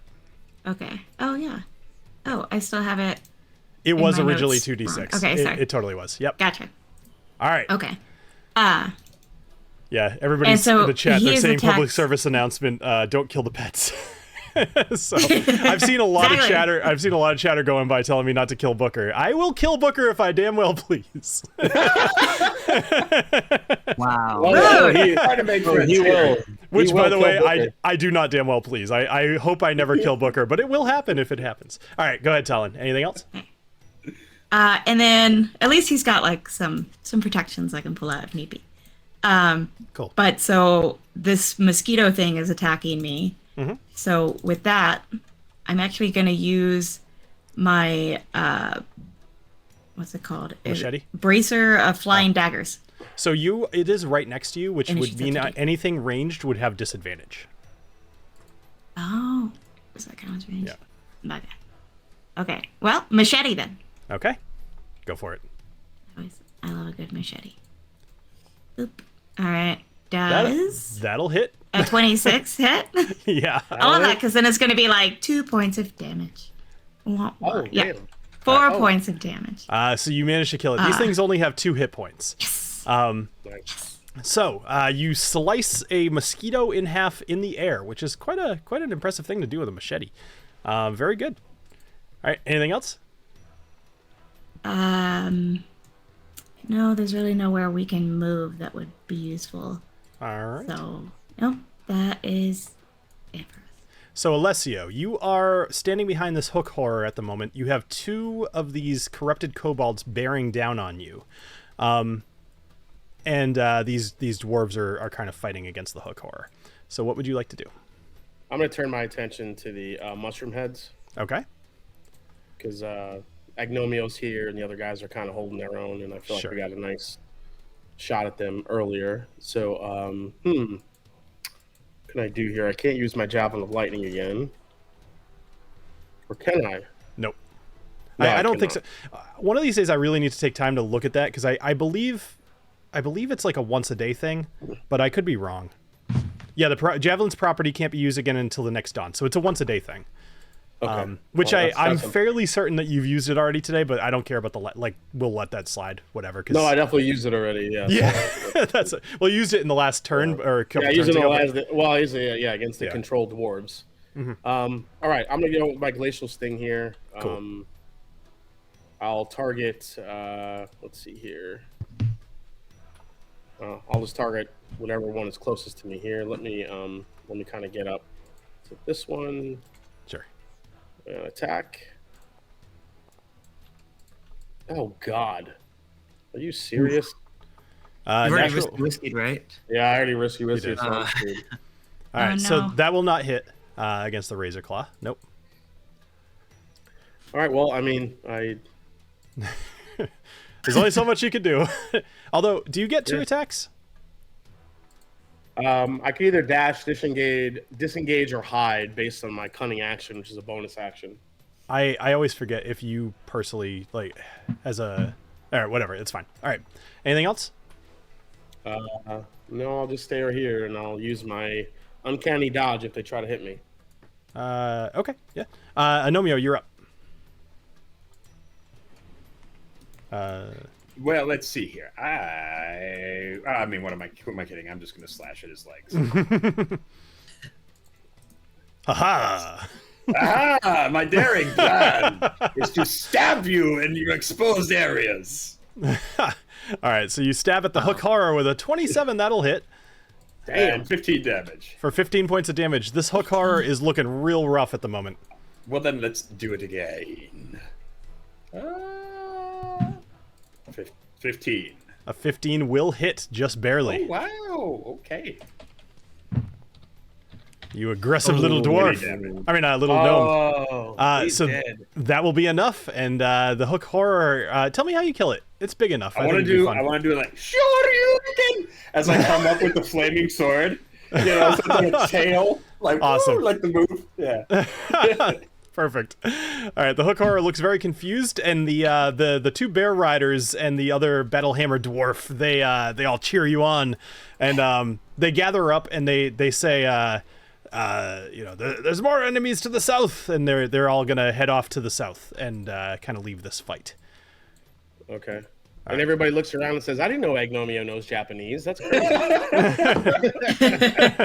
It's a dialect of Gnomish. Yeah. No, that actually means "have at thee, motherfucker." You know, That's the weirdest dialect I've ever heard. Okay. All right, so up next, are you all set? oh yeah. All right. So out of the dwarven wizard comes yet another intellect devourer emerging from its skull. This one's going to come after you, TaLin. It is going to make a multi-attack. It's going to use Devour Intellect on you. I take it back. It's not going to get quite as close to you. It's going to devour your intellect, hopefully. You have to make an intelligence saving throw. Hopefully not. Oh, boy. Okie dokie. Bill, what are the 3 raindrop icon on certain characters? That means that they're bloodied, which means that they're under half health. Okay. 17. All right. So a 17 will be more than enough. You're going to take half that damage, so 8 points of damage? Yeah, 8 points of damage. Wow, math. So you're going to take 8 points of psychic damage, and since you succeeded, then we won't go on to the other stuff. Okay, so this Intellect Devourer is standing in front of you, and you kind of feel it squeeze at your brain, but you're very smart, or at least you pretend to be, and that's serving you well, at least at the moment. So let's Is it 8 points or 6 points? Well, so I go in favor of you. Did you get 12 points of damage? So it rolled, 17 points of damage divided by 2. No, that was a saving throw. You rolled 12. Oh, that's right? your saving throw. I'm sorry. I You're rolled a totally 17. right. You're right. Thank you for correcting me. Yeah. Okay. Yeah, so okay, cool. 6 points of damage. I was looking at the wrong value. Perfect. Okay, so let me drag this guy up here. Cool. All right. Up next is the gelatinous cube, which let's see how far this thing can move, because that's going to be interesting. It senses you, Knobolas. It senses you, but it can't quite make it to you. At least not entirely. But it can lash out with its pseudopod. Knobolas, no, it can't. That cube has a crush on Knobolas. How long is it pseudo? It can't. Once it gets yeah, it can't quite reach you. All right, Razor Claw is up next. So this Razor Claw is going to attack you, Alessio. It's going to make a Razor Claw attack against you a couple of times. So let's see what happens. So this thing, gonna do it. At this point, you're starting to realize just how mutated these things are, and in fact, their bodies actually don't even look like they're really holding themselves together well. And it seems to be fighting with. It seems to be fighting with an aggression that it almost as if it knows it's not going to live very long. But clearly, it can't hit for shit. So, so that's fun. But let's go ahead and add a couple more fun things to the initiative order here. All right, up next is a Sturge, which is the one that's right behind you, TaLin. This one's going to attempt to hit you and suck your blood. All the enemies. All right, a 23 will probably hit. Yep, yeah, that hits. All right, so 23. It's going to drain 7 points of damage from you. While it's attached, the Sturge doesn't attack. Instead, at the start of each of the Sturge's turns, the target loses 5 hit points due to blood loss, or whatever I roll. So in this case, it'll be 7. It can detach itself, but you can use your action to detach the Sturge. So you can't directly attack the Sturge, but you could use your action to detach it from yourself. All right. Okay. Up next is the tentacle-armed kobold, the one that's next to you as well, Alessio. So this one's going to come get involved in the fight as well. This one's going to attack you with its tentacles and hopefully hit, because then I can do its fun stuff. 20. So a 20 will hit you, Alessio, for 10 points of damage. Yeah, I'm going to use my uncanny dodge. Okay, so that reduces it by half, right? Yes. Okay, cool. So you take 10 points of damage. But it's also going to use a venomous strike as part of that, which you need to make a Constitution saving throw. If you fail, so it's a 12. So let's see, a 10. So you're going to be paralyzed. You can repeat the saving throw at the end of each of your turns. So you need to, in order to get out of the paralyzation, you need to roll a 12 or higher. Okay. All right. So you are paralyzed. Another paralyzer. I hope somebody gets that reference. Maybe not. Kung Pao, fist of, all right, whatever. All right. Nope. No, man, you guys suck. Oh, that's such a good. I figured this I know audience. it's got a panda bear. But... Somebody in the audience is gonna get that. All right. So the mush hammer is going to. Actually, the mush hammer is going to retreat back past the barricade. Same with the other mush hammer. These guys are moving back to protect the other kobolds that are in here. at this point, we're going to go back up to the top of the round. The Intellect Devourer that is facing Booker is going to use Devour Intellect on Booker. Figuring that Booker might not be quite as smart as TaLin, which maybe is true, maybe it's not. But if Booker can roll a intelligence saving throw. Come on, Buck. I've moved on to the old Granddad 114, by the way. Oh, Booker has a -1 to intelligence. That's wonderful. All right, so Booker is going to take 11 points of damage, psychic damage, and on a failure, I'm going to roll 3d6. And if the total equals or exceeds the target's intelligence score, what is the target's intelligence score? An 8. An 8. All right. So if Booker's is an 8. I hate that you laughed because Knobolas is also an 8, so that kind of offends me a little bit. Is it that Booker's as smart as you, or are you as dumb as a dog? So, listen, I have the good looks. He's I just a don't have smart the beauty or the brawn. all right, so I'm going to roll this publicly because it's way more fun. So here's how this works. I'm going to roll 3d6. If the total equals or exceeds an 8, that's your Booker's intelligence. Can I risky whiskey his saving throw? Sure. Yeah, that's fine. I'm scared. Okay. This is Booker's, actually. Although, So hopefully that means it'll definitely work. It's a bottle cup. I kind of hope it doesn't because I want to make my Intellect Devourers eat Booker. No. Wow. See, you want to kill Booker, is what you're saying. You want to. Well, You are canceled. I haven't used Body Thief yet. That's a whole different thing. We'll see. That's the next step. Oh, I thought last time you said, okay. like, if this happens, you're dead. Like, So that's it. let me You're over. just so you having read the book, I'll give you more information so you could decide whether this is what you want to use your risky whiskey on. So I'm gonna roll this. You did it. Oh, you already did it. sorry. Okay, never mind then. Go ahead and roll. Do you see the Just pain on your my face? face. I can't see you because I've got like 1,000 things in my natural 20. All right. 19. Technically, it was a natty 20, but he has a -1. That's so okay. that's a 19. All right, so that is much better. So he saves against that, so he just took the damage, and he does not have to make the other Oh, fun thank part. God. I'm also starting to realize, like, at first I thought Intellect Devourers were a little OP, but I'm seeing it's like a 3-step process to actually make it happen, so it feels a little bit more fair if it gets to the point where it needs to. All right, up next is another Intellect Devourer, the one that was going after Knobolas and will continue to do so. It is chasing you down, Knobolas. Come at me. Come at me, bitch. I believe. Oh, it has 40 feet of movement actually. So No, it took 20. it does not. No, It you sure- fucking just did that. You No, just did that. It sure. So, it's a brain with legs. I guess it doesn't have a whole lot keeping it back.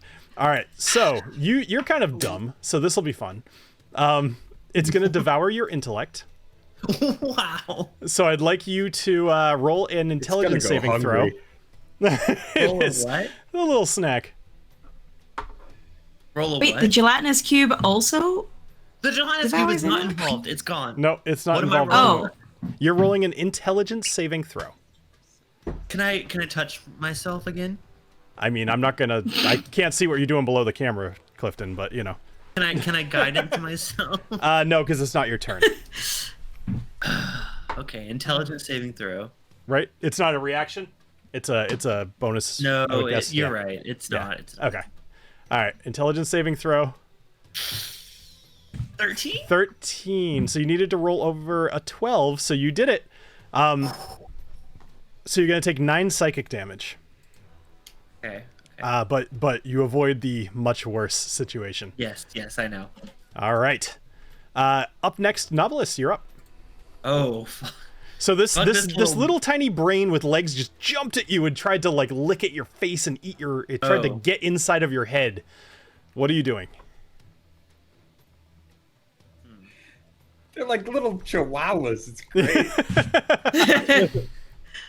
but worse. No. Only select few get head from me. I'm gonna Eldritch Blast them. All right, go for it. Hello.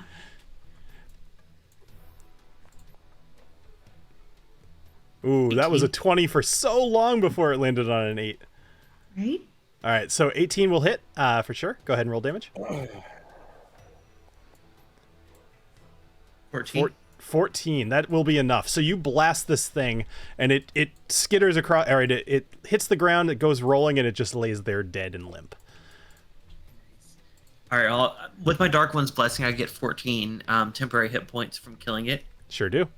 So that bumps me up. So Knobolas, before you do anything else, I'd like you to roll a perception check for me. Why?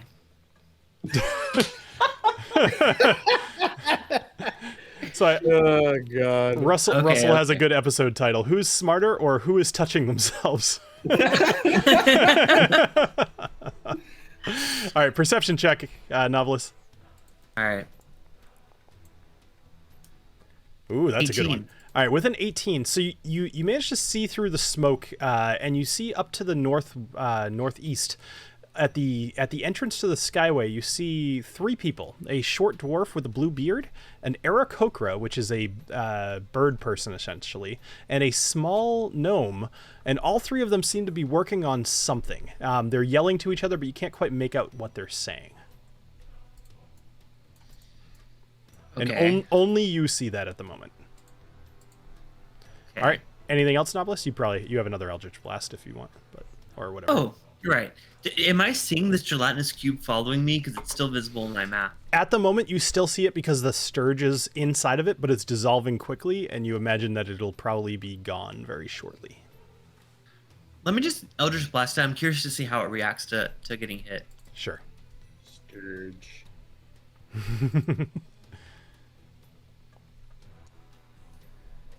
16. 16. Ooh, that'll definitely hit. Its AC is 6. I don't think it's possible for Knobolas to miss with the Eldritch Blast.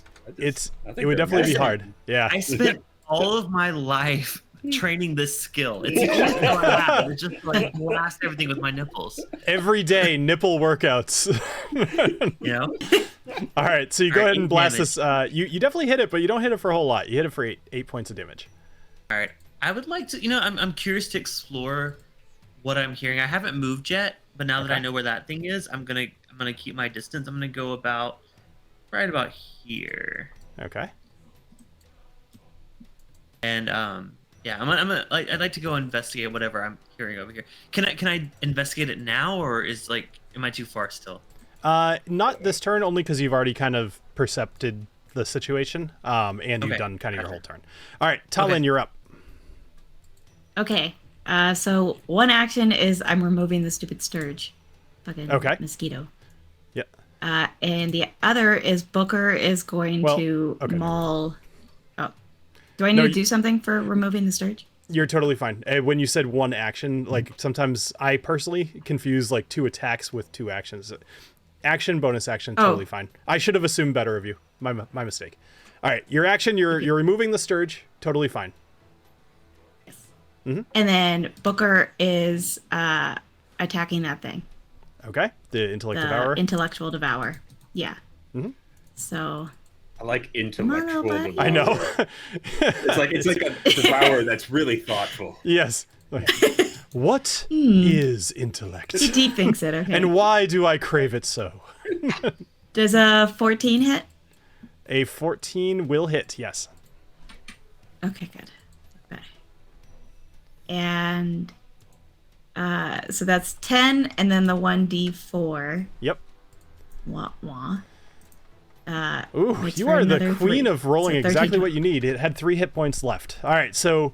Thank God! Finally, I killed. Why don't you tell me what this looks like? What does Booker do to this brain with legs? So Booker definitely just kind of, in one bite, gets the entire brain part, but just the legs are outside of it, and just kind of dangling and freaking out outside of his mouth until he starts chewing. Nice. So he's just squishing it.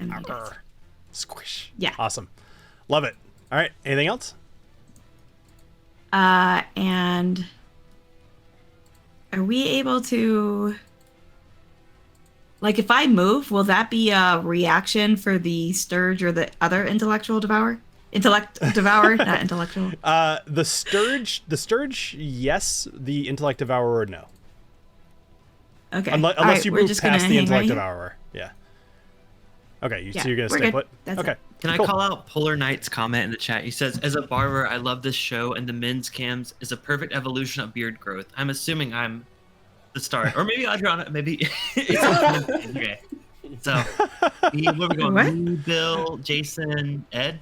You're Ed right. is pretty Yeah. magnificent. I actually I'm loving I that. just shaved this morning, so yeah. I also I- shaved this morning. Yeah, I went for a run and then shaved. So I always try to shave on Mondays, that way I look good for the stream, because I can only do so much to make this look any good. So I have mean- to shave every other day, else I look like I tried to, like, when COVID first hit, I tried to like go without shaving, and I just looked absolutely unhinged. I would believe that. Same. Yeah. All right. same. So Alessio, you need to make a what kind of Constitution saving throw, and it'll be the end of your turn. Like, basically, in order to get unparalyzed, you need to roll above a 12, which you did. Unfortunately, that's your entire turn, but you are no longer paralyzed. And so they go and paralyze me again. Maybe we'll see. That's always a possibility. He has to roll to get his venom back, so it's a long shot. All right, Agnomeio, you are up. You are standing above the corpse of the hook horror Victorious, probably Yes. standing on it, knowing you, although it's not a table. Yes. You know. You know, one of these killed my father. It's okay. He Oh. got better. He got better. Oh, the Wait, deep what? lore is developing. I like this. All right, I am going to charge into battle against Mr. I can't tell if that's a tongue or if that's a ZZ Top beard. Either way. That is a ZZ Top. Actually, that's his chest. I've decided it's its beard. I like that better. I think it's All cooler right. if it's got a really ridiculous beard. Let's see. There we go. You know what? I could see that being his beard. Why not? Okay, maybe it's his chest though. I could. No, Yeah. I see the tongue, the chest, and the Yeah. beard. I kind of feel like he doesn't have a lower jaw, so it's I don't really know. Maybe it's a Maybe it'll large. just That run was really together. fucking creepy because it The looks like he's chest and the licking his tongue. crotch, basically. So that's also kind of weird. All right, what are you doing, Agnomeio? All right. Anyway, I'm stabbing him. All right. It doesn't matter what he looks like. I'm just stabbing him. 13. You are stabbing him. Yep, just barely. Oh, yay. Yeah. Giving him a shave. Yeah. Jeez, Yeah. you guys are you guys are monsters. 13 hit points of damage. Awesome. 13, I think I need to and then- make some more dragons come out of here. Yeah. Ow. No. And then a 20. So Another 20. Yep, that'll do it. and Another 15 damage. Another 15 points of damage. That'll actually kill it. You you killed it by 1 hit point. A little overkill. Nice. I am efficient. Yes. You run up and stab, and it just drops to the ground. Swipe. And a G chiseled into its beard somehow. like how they got the side shaved on someone's head. kinda, where Exactly. they put Yes. little Like a design lightning in it. bolt. Yes. Yeah. Yeah. Oh man. Okay. Well, that is all. Can you tell I was a boy in the 90s? Lightning bolt carved, shaved in my head. Yep. All right, up next is an Intellect Devourer. This one is actually still at full health, TaLin, and it's going to move towards you. Hey. So, this guy is going to use his Devour Intellect on you. I don't like it. Roll a Intelligence saving throw, please. Working on it. Sorry. There we go. Come on. 7. Oh, shit. All right, so 7 will fail. So you apparently you're only going to take 3 points of damage. However, you're also going to take, let's see, roll 3d6. What's your intelligence, please? 12. 12. All right. So 3d6, a 13. No! If the total equals or exceeds the target's Shit, intelligence score, that score is reduced to 0. The target is stunned until it regains at least 1 point of intelligence. So How do you do that? that's Go a to good class? question. Basically, you need to sleep. So you are currently incapacitated. Location. I'm so dumb, I'm unconscious. Basically, yes. So I will, however, allow Booker to like do stuff with you, like as far as dragging you around or whatever. Like you could still control Booker, Okay. because he will act on his own. However, you as TaLin Yeah. Creek are having a bad day. No. And Yep. also, you know, Yep. this intellect devourer might do something else on its next turn. All right, so the gelatinous cube is up next. And it has 15 feet of movement, which cannot quite make it to you. It's just chasing you, Knobolas.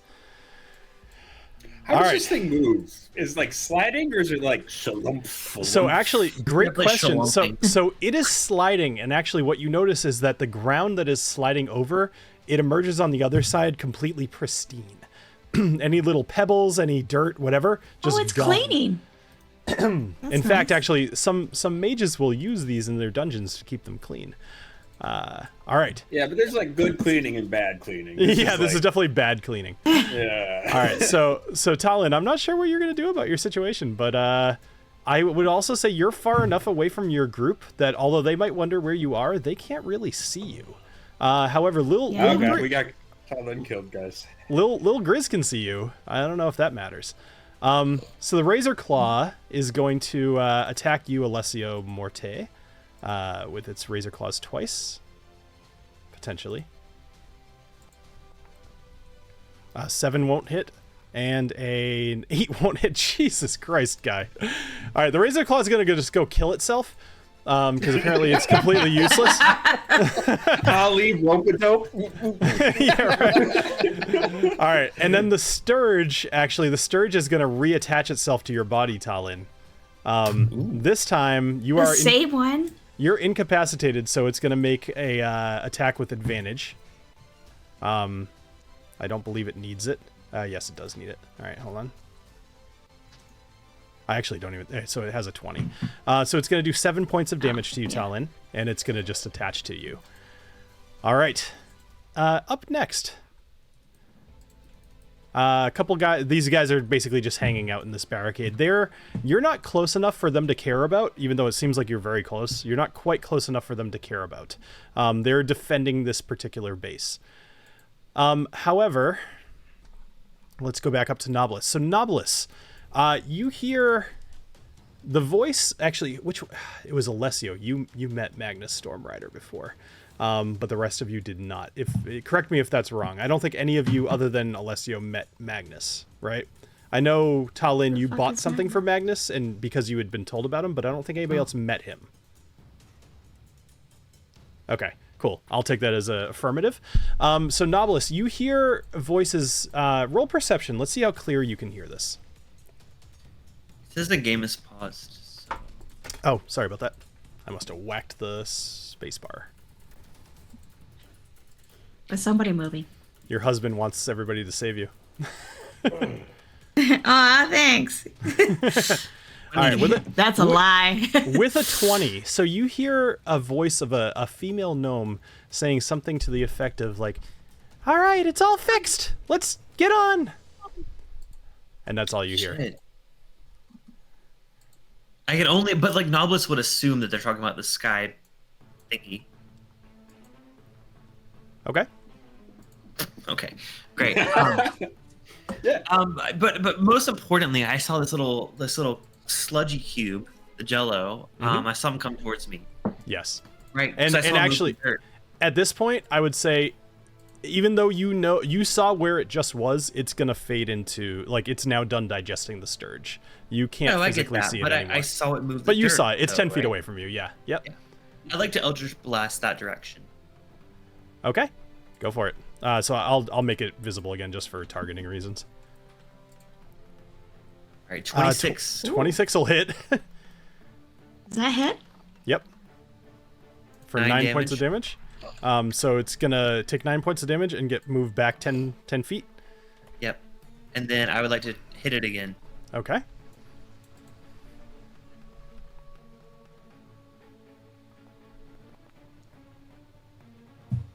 $21.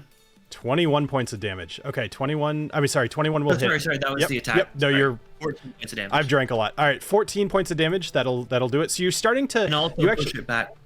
Oh, yep, sorry. push it back again. Nope. With that last blast, you actually see it rips a hole through it, and you see a bunch of goo just right out of it. It quickly seals back up, but there's like a wet spot in front of it on the ground. However, you've now pushed it back into the fog, and you can no longer see it. By fog, I mean Did it smoke. go back the full 10 feet though?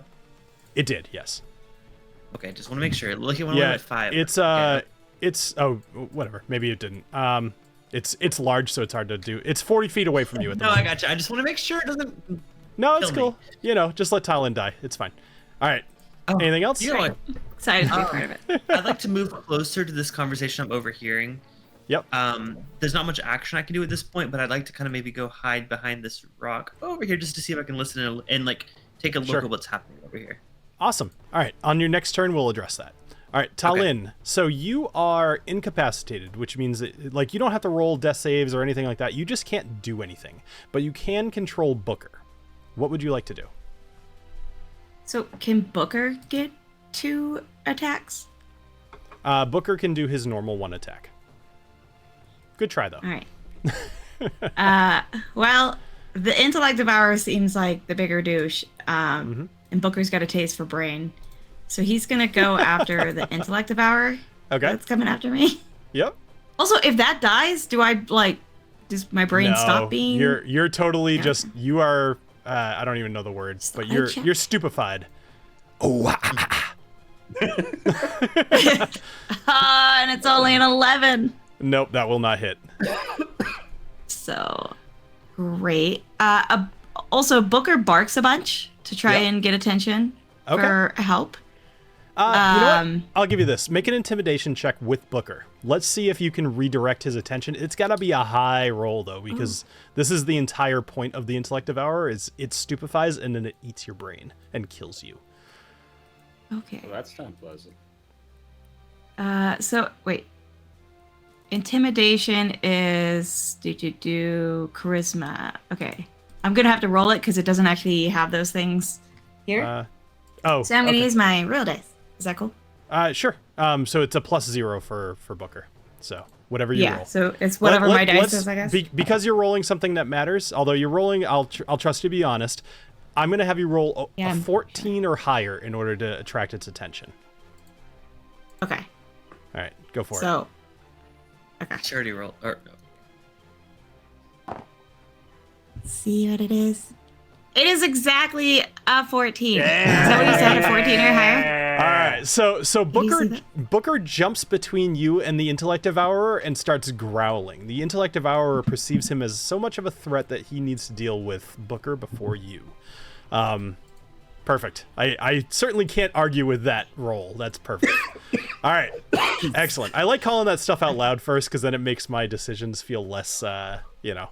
Arbitrary. Yeah. Yeah. All right. Anything else, TaLin? I think that was the end of your turn. That's it. But Booker was barking. Just, throwing that out there. So, Alessio, you are no longer paralyzed. And it's your turn. Well, I'm gonna go after this one guy in front of me here. Okay. I'm gonna use my. I'll use the glacial sting again and attack Okay. him. Dun, dun, I feel dun. like this is 18. the most split up we've been. I during the know. battle. This was what I was hoping was going to happen. So an 18 will hit. Not me. I gave you guys lots of distractions to see what you would do. This is fun for me. All right, 9 points of damage. So that will 9 points of damage. So this is the first time that this creature has been hit. So the Razor Claw Kobold, he's taken some damage. Agnomeio's so into this music. Me too. It's great. oh, I don't hear the music. Now I need to turn That's your own fault. All right, what else are you doing, Alessio? If anything. That's it. All right. I think. Okay. I always think that you get 2 attacks. I don't know why. Agnomeio, you're up. And Romeo looks around and is like, wait. 1, 2, 3. Wait, where's TaLin? And turns around the barking. Oh, sheet. Sheet. I think that's fair. Yeah. Booker barking, you definitely would have heard. So I'm going to dash back as fast as my little legs Tiny can little carry legs. me. You can go 50 feet. Yep. All right. It's at this point you see TaLin. She's not like laying. She just is kind of standing there, just like the. She dropped her book on the ground. And Booker is standing between her and one of these little brains with legs. There is a gigantic mosquito attached to her, which has its abdomen filling with blood as you watch. Oh. Yes.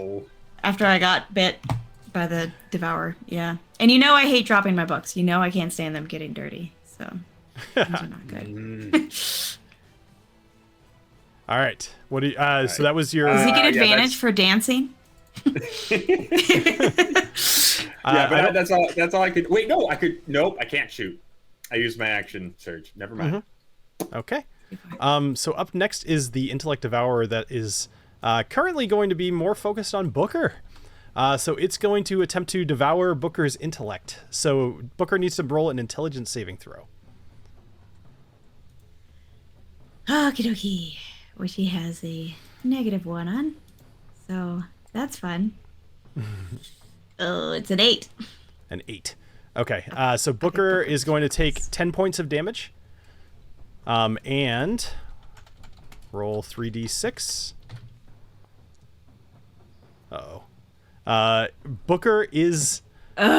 his intelligence is Also now devoured. 0. And he is incapacitated. Great. We're doing great over here. Yeah, you're having a... You probably should have kept up with the rest of the group. All right.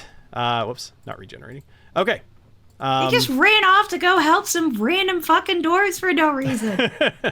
Thought we were going the other way. I didn't. So... Yeah, he did. Does that make it better? I killed some Knobolas is just dealing with this freaking cube. I know, right? Listen, I killed some mosquitoes, a cube, a freaking brain thing. So, Alessio, over your shoulder, you see where there was once an intellect devourer. It is no longer laying on the ground. It is now floating through the air and just kind of tumbling over itself. Oh, that's not great. Right about there. Oh no. All right. Up next is the Razor Claw next to Alessio. It's gonna make an attack at you with its razor claws, as one would. Mm-hmm. This thing is the most worthless creature I have ever created. It has rolled so bad tonight. Like it would be better off. Why can't I run into that? It would be better off just humping your leg. Like, I mean, for real. So, all right, the Razor Claw is ineffectual. The Sturge. So here's what's going to happen. Lil Grizz, having been in your bag, and this Sturge attaching itself to your back, I'm going to give Lil Grizz a little bite attack against this What? against this Sturge here. Wait, then shouldn't Lil Grizz have initiative and like get to fight? Lil Grizz is injured and he's hiding in your bag. He just Yeah, rolled a he nat, literally almost dead. and he just rolled a nat 20 against the Sturge, which is immediately going, like, the thing has 2 hit points. There's no chance it's not going to die. Yes. Lil Grizz pops out of your backpack, blinking away the pain, and he sees the Sturge attached to you, and he bites it and pops its abdomen. Blood spurts everywhere, and the thing falls off of you dead. And you're not gonna be like that blood has acid and fucking causes 20 points of damage or something, right? You sound like Jason now. I like it. I'm really like just beating you all down. I like it. All right. Yeah. So up next is Knobolas. All right. Well, can I Natural listen 20. to see Go if I Lil hear Grizz. any other conversation from these folks I'm over at so my proud of right? Lil G. Yeah. Yeah. You can. Well, so. I won't even make you roll a perception. At this point, you are basically hiding behind the rock. And actually, so the Aarakocra, which, like I said, is a bird person. It's the normal size of a human, large wings on its back. This particular one has blue feathers, and it appears feminine in form.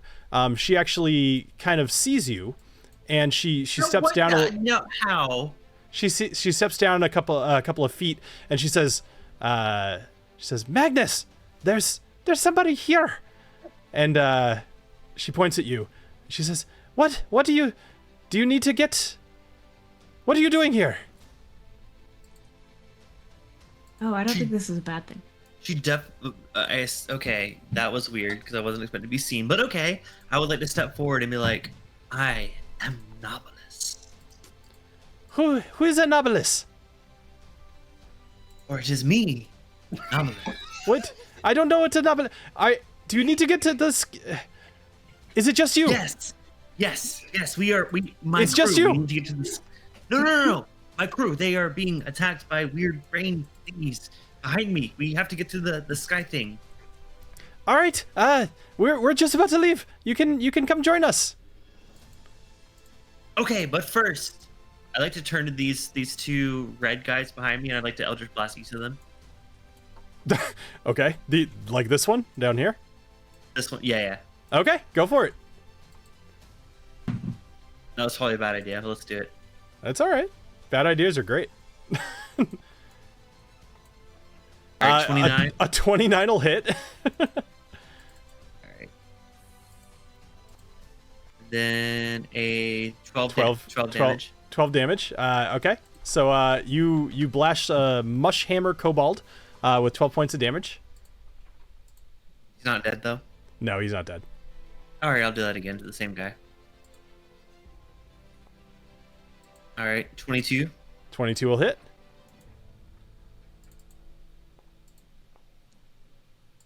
$11 damage. Okay. 11 will not hit, not kill it, but it is definitely like out of nowhere. These purple beams just fly through the barricade and just obliterate this mush hammer.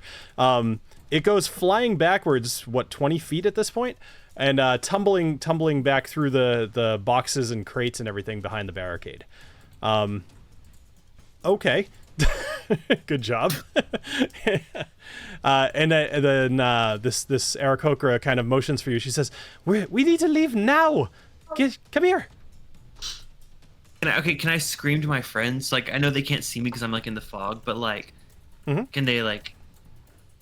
I just like to call out like, Snortimers, soldiers, run to the sky ship. Sure. Yeah. All right. So TaLin, you can't really comprehend these words.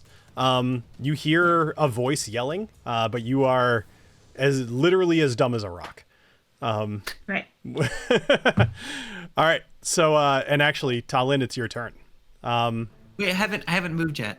Oh, go ahead and move. I'm gonna. You know what? It sounds like it's pretty important for me to get over there, so I'm gonna go join these folks over here.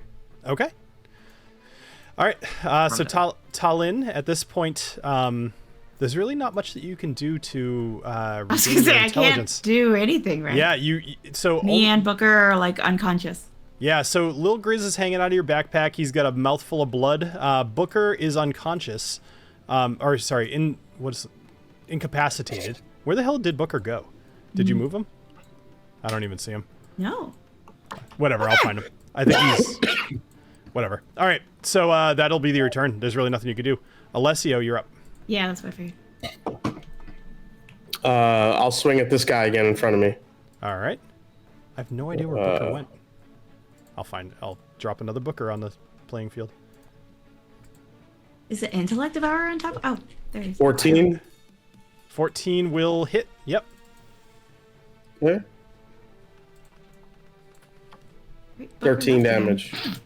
13 damage. That will almost be enough. So the Razor Claw Kobold, you see, you actually carve off a giant chunk of its mushroom hat, and exposing a bit of its brain. Now, what you see, where its brain should be, you see a dazzling purple glow, and you see like a fungus rot kind of encompassing half of its brain.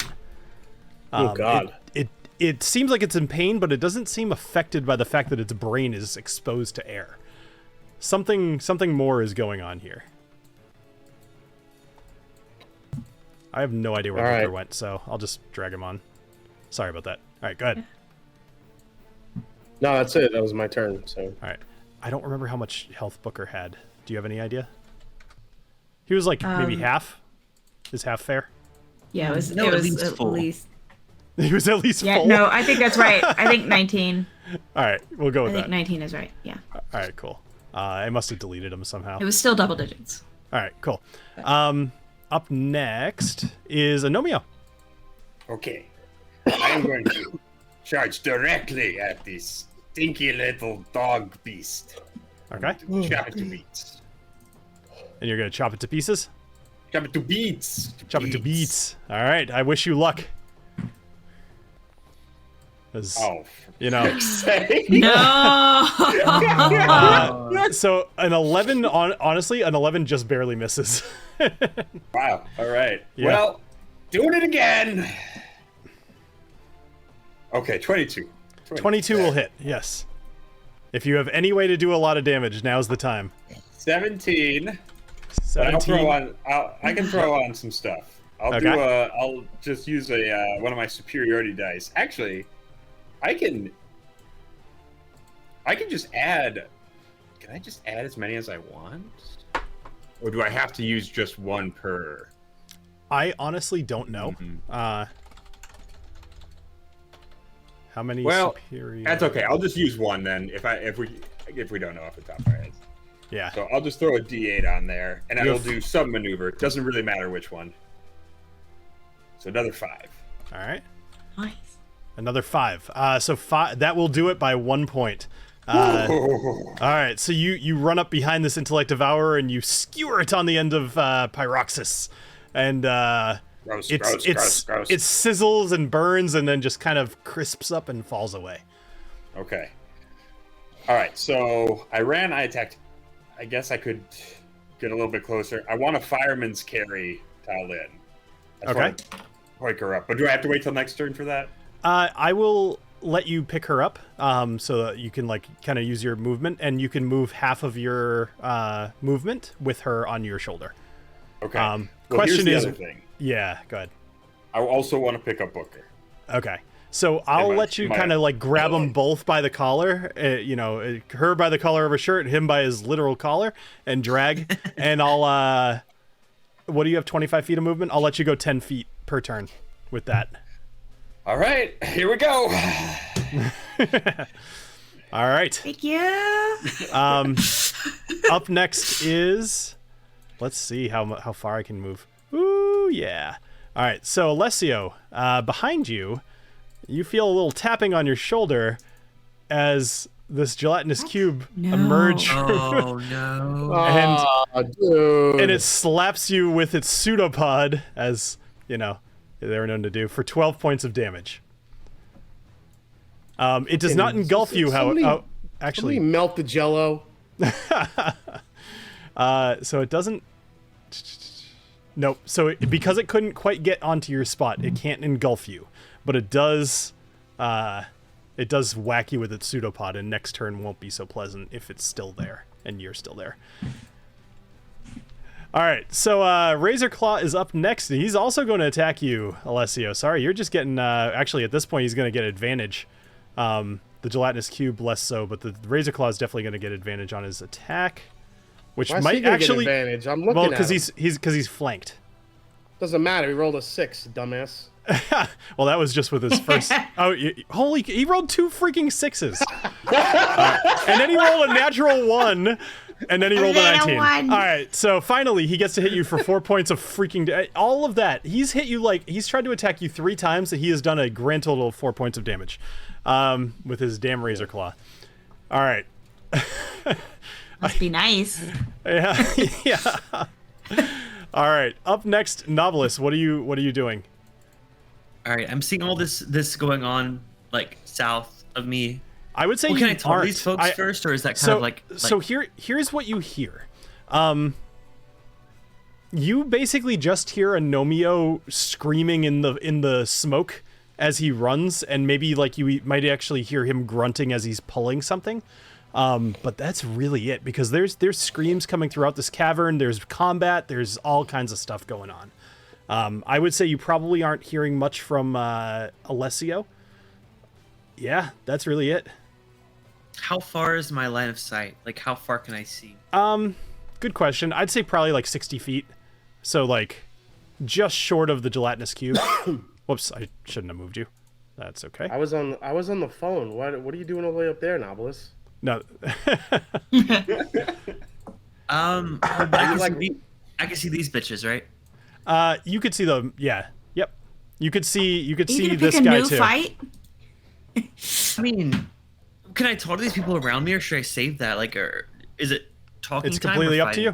What are you doing? Dude, you got hit the 5, hit the freaking 4, Okay, 3. Why aren't you guys fighting? These guys are attacking our friends, and like, what is happening?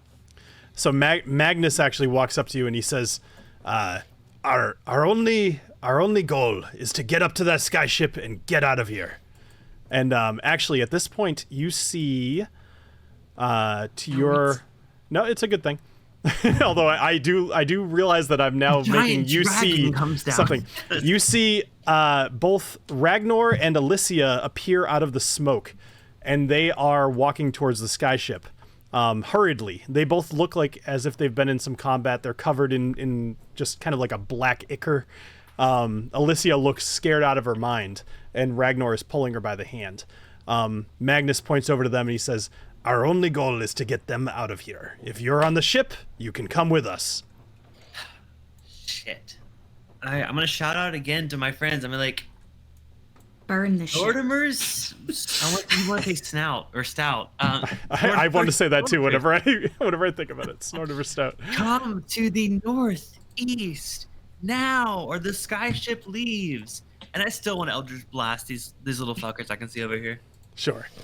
All right. So why don't you go ahead and do that? Just because we're running out of time, I'm going to move along. I know, I'm sorry. So no, you're fine. All right. So TaLin, you and Booker are incapacitated. There's really nothing that you can do. Lil Grizz, actually, you're safe, roughly. So we'll go to Alessio. Alessio, you are surrounded at the moment and alone. What are you doing?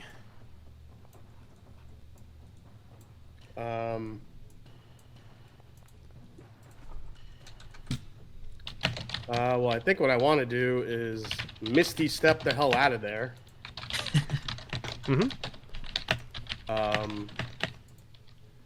I will go towards. Which way do I want to go? So while you're doing that, I'll tell Maybe you, northeast, Knobolas, like I just said. Knobolas, you were able to kill one of the kobolds, and you were able to injure one of the other ones that's kind of standing on the crate behind the barricade. Okay. I just wanted to do something. Yep, that was good. You blasted one of them, and then you knocked the other one off off the crate.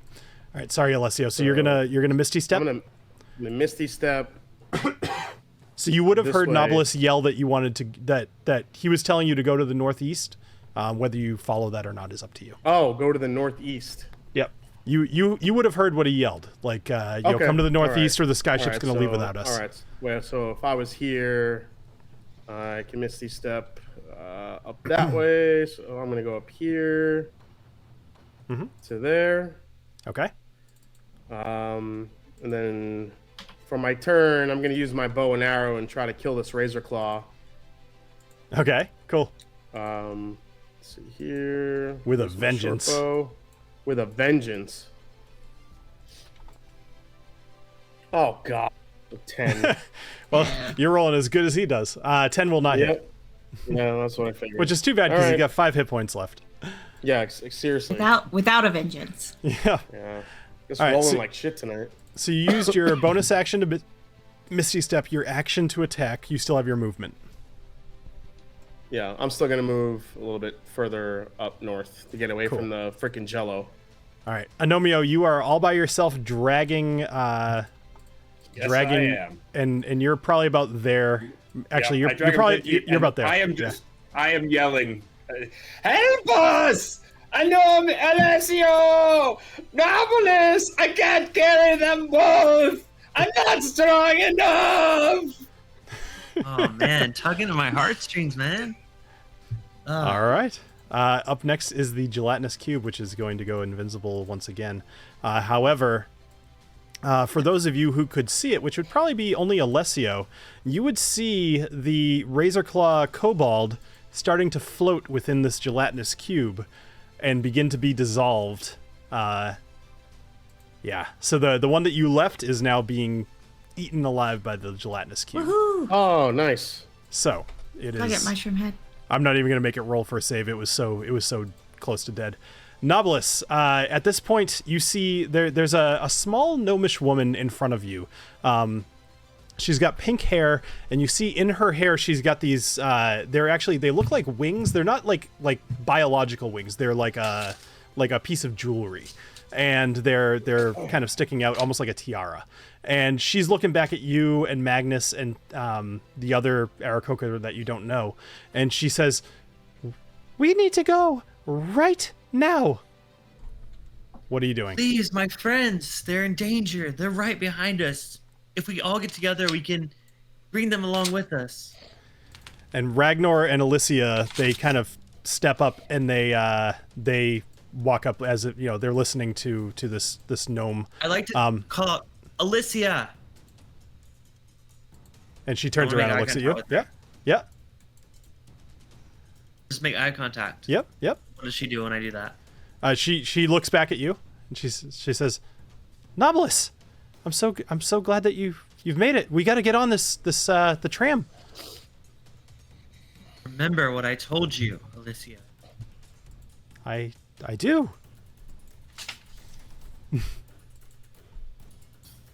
What are you trying to? What are you trying to get done? I'm trying to get her to convince everyone else that they can wait 30 more seconds to bring my friends that are literally right there and join us. That's all I'm trying to convince her. Roll a persuasion. And roll above a 10. Okay.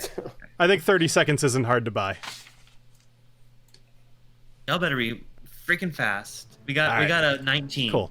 So Alicia looks at Ragnar and she says, "Honey, we need to give them time to escape. We need to be able to save everybody that we can. That's what a good leader would do." And Ragnar kind of puffs up a little bit. He's like, "Yeah, this is what a good leader would do. All right. Hold the tram for 3 more minutes. No longer." And so you bought yourself 3 more minutes, which is a few turns.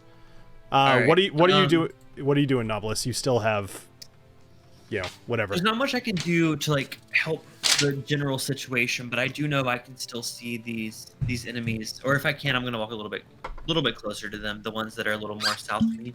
Mm-hmm.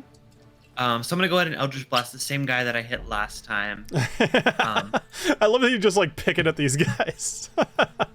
Well, I just don't want any other threats. Yeah. I don't want any other threats. You totally should. So let me attack this one right here. All right. 13? That's a good question. 13 will hit. Yep. All right. 11 damage. All right. So you hit for 11 points of damage. Okay. And you blast him back a little bit. No, definitely not dead. Nope. All right. However, at this, oh, you're gonna hit him again. Okay, go for it. Sure. 15. 15 will hit. Then 15 points of damage. He is as close to dead as you can get. He's got 1 hit point left. But you blasted him halfway across this whole barricaded area.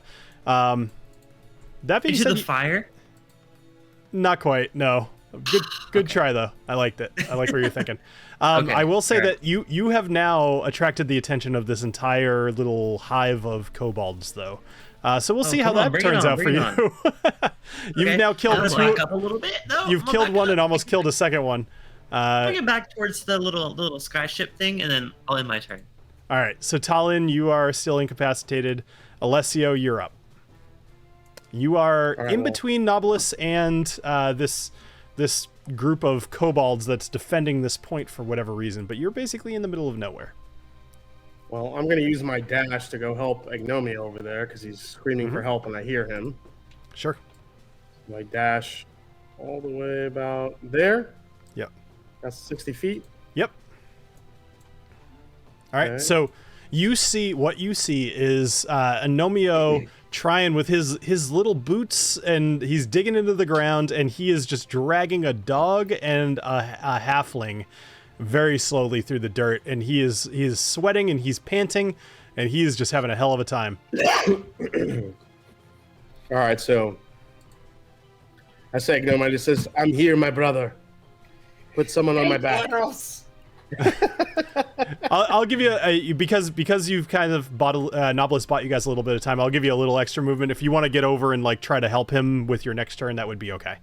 All right, yeah. You guys I'll can just kind of get meet next up. to you, next Talon, then we can Perfect. figure it out. Okay. Especially because Agnomeio's turn is next, so you kind of come over, assuming that you guys are both dragging. Is that what you're doing with your actions? I'm trying to lift and get someone on my back here. Yeah, if we could Okay. get them lifted so we can. Yeah. Sure.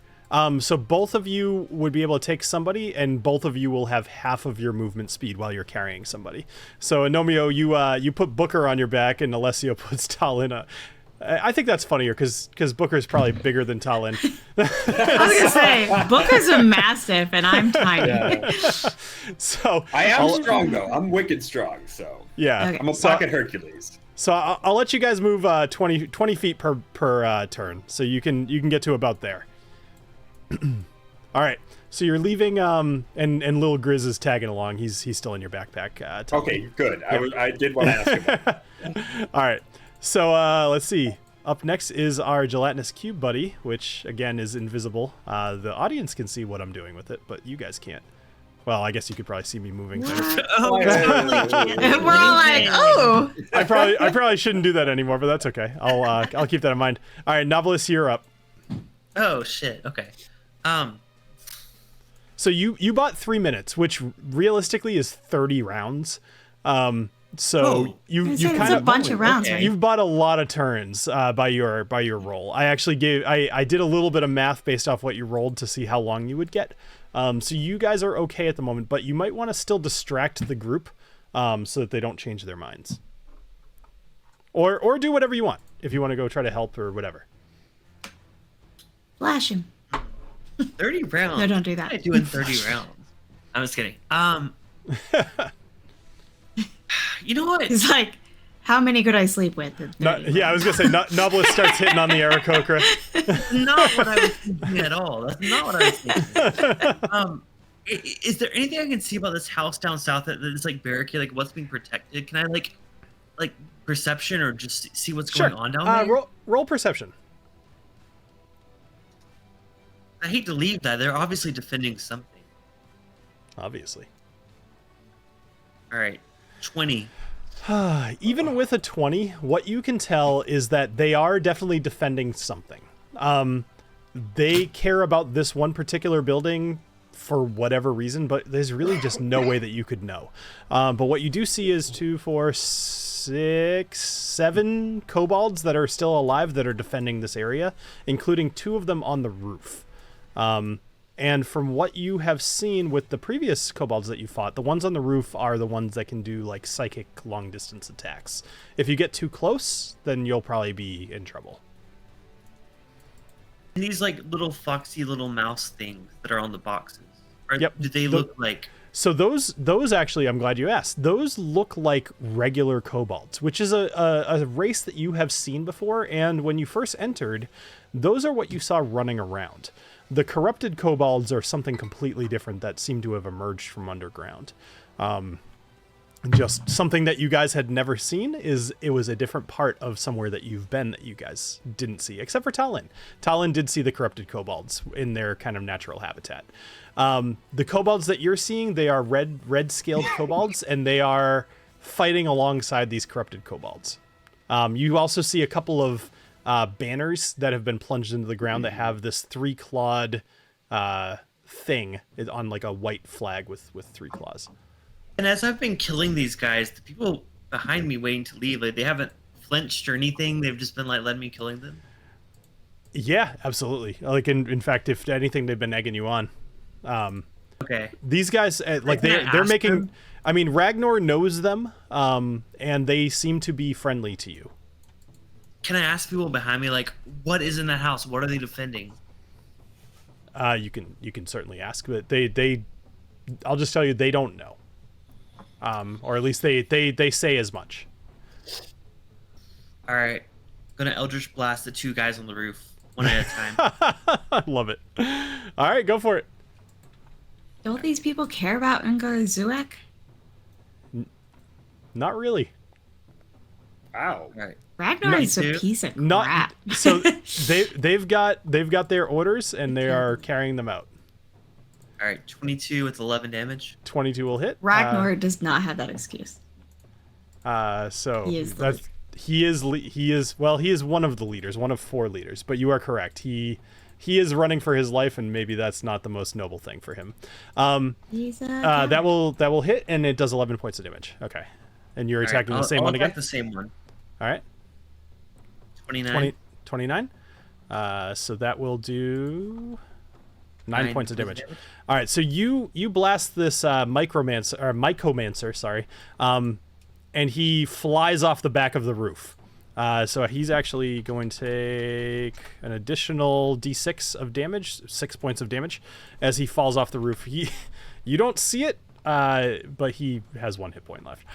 He falls off the back of the roof, and he's basically out of commission at the moment. So dead? He's not dead, but he tumbled off the back of the roof, and he's got 1 hit point. He's going to be very slow to recover. All right. Okay. Anything else, Knobolas? God, I feel so useless. Like all my friends are over there fighting for their lives, and I'm like, ooh, what's in this little hut over here? Well, you could have helped. I could have, sure, but that freaking little blob monster is around there, so I'm gonna hang out over here. And it's definitely got the hots for you. Okay. No, I'm just kidding. Ending my turn. All right. Alessio and Agnomeio, let me just ask you guys as a team, is your intent to use your turn to continue to pull TaLin and Booker? Yeah. Yeah, but stay as close to the top near the rock as we can. Don't go into the middle where that freaking thing is. Go up. No, up. Yep. Up. Oh, up further. Okay. Yeah, along that line. Behind the rocks, away from the gleaming cube.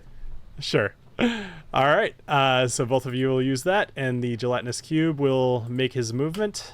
Let's see. Okay.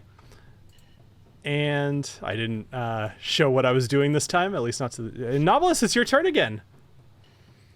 You're just kind of hanging out. Knobolas. So I'll just kind of tell you that. So the gnome, she is ushering both Ragnar and Alicia onto the tram, and from your position, what you can see is this tram is on chains, and through the skyway you could see an opening out the back of Erngor Zuek, which is leading up to the top of a mountain, and you can see that there is in fact a skyship up there. Damn it.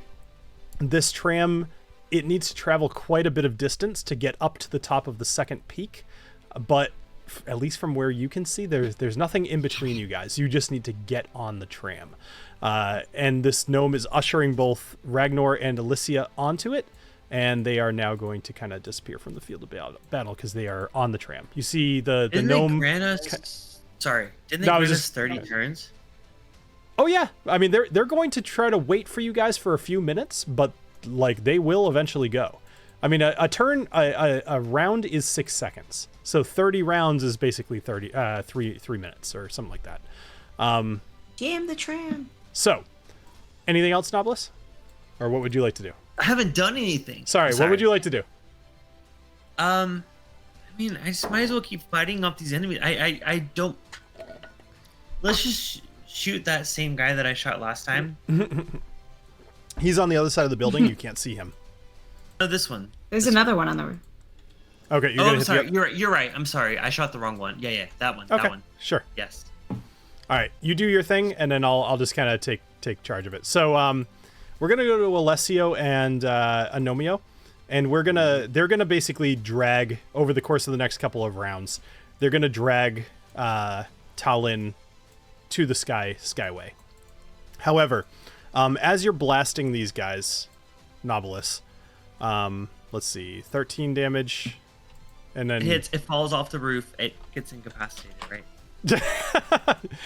No. It does fall off the it does fall off the roof, it does but seem reasonable. It doesn't get incapacitated. Okay. Actually, I probably shouldn't have let you hit it twice the last time, but that's okay. Either way, what you see as you guys are dragging TaLin, these couple of kobolds kind of come closer to you, and Knobolas, now that you've been attacking them, they have these slings, right? And the slings, they're swirling above their heads, and they are going to hit you with, or hopefully hit you with a sling bullet. Let's see. Does a 14 hit you? I have a 14. Is that a yes All or right, no? so meet or beat. That's the best way to think about it. So it does hit you. So it hits you with 5, and it knocks you prone.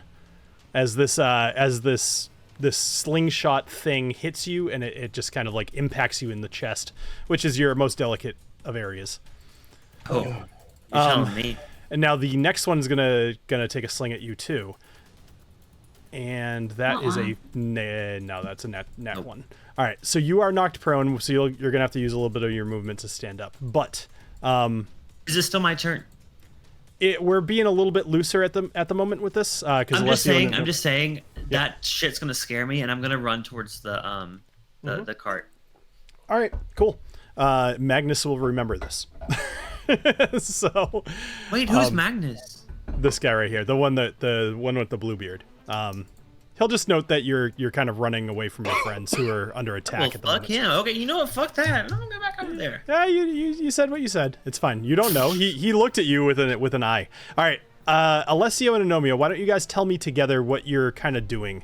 Are you racing for the tram, or are you? Oh yes, we're racing for the. I mean, It's not weak for them to race to the tram, but when I do this, Magnus. Motherfucker, we're carrying people. Shut the fuck up.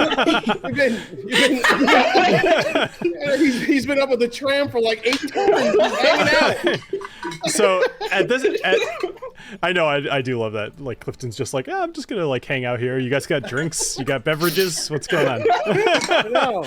So, he's like asking about first class accommodations on the airship. I don't really want to sit next to anybody. Like, can you see me at the middle seat? Oh, he's like, where do all the horse sit on the Can you sit me next to Alicia? All right. Yeah. So Magnus is gonna look over at the Aarakocra, and he's gonna say, fly up to the jewel and let them know that we're coming. And you're going to see the Aarakocra is going to spread her wings, and she's going to flap a couple of times. The fog and smoke that's around you is going to separate as she creates kind of like just a whirlwind of smoke, and she's going to fly through the skyway and off into the distance as you see her fly up towards the Zeppelin. Magnus is going to yell to all of you, make sure you grab some balls as you get on the skyway. And you see that there's a crate that's filled with balls. Why did you want to pour me these balls? So, as each one of you grabs the little white package that kind of fits over your neck and then straps around your back, connects to your chest, kind of think like a GoPro camera, and he's gonna grab one himself and just slap some balls on his chest, and all of you head on to the tram, which is where we're going to pick up for our episode next week. Did you literally just say a small white package of balls? Maybe it's a little bit. Is that what just happened? This is what y'all tested out a while ago for somebody. Ball system. You just slapping balls. Slapping balls. Just making sure I heard that right. That's all. All right. So next week when we rejoin Snortiverse Soldiers, you guys will be heading up the tram towards the Jewel in the Mountain's Crown. This was a hell of an episode. Good job, guys. TaLin, I guess I found a way to make you stop talking. Yep. I still talked. I knew you wouldn't like it, but I didn't give a shit. Actually, I will commend you. You did a very good job. I was expecting a lot more. You'd be like, hey guys, I'm dumb. But until you get a long rest, or somebody maybe casts like a recovery spell on you of some sort, your intellect is 0. So we'll see what happens. Your friends are gonna have to take care of you. All right. Well, thank you everybody for watching tonight. Good berries help. Good berries would not help anymore. I'm so excited. All right. Thank you everybody for joining us here on Dungeons and Drams. And I look forward to seeing you all next week. And thank you guys all for playing. Cheers, guys. Cheers. Cheers.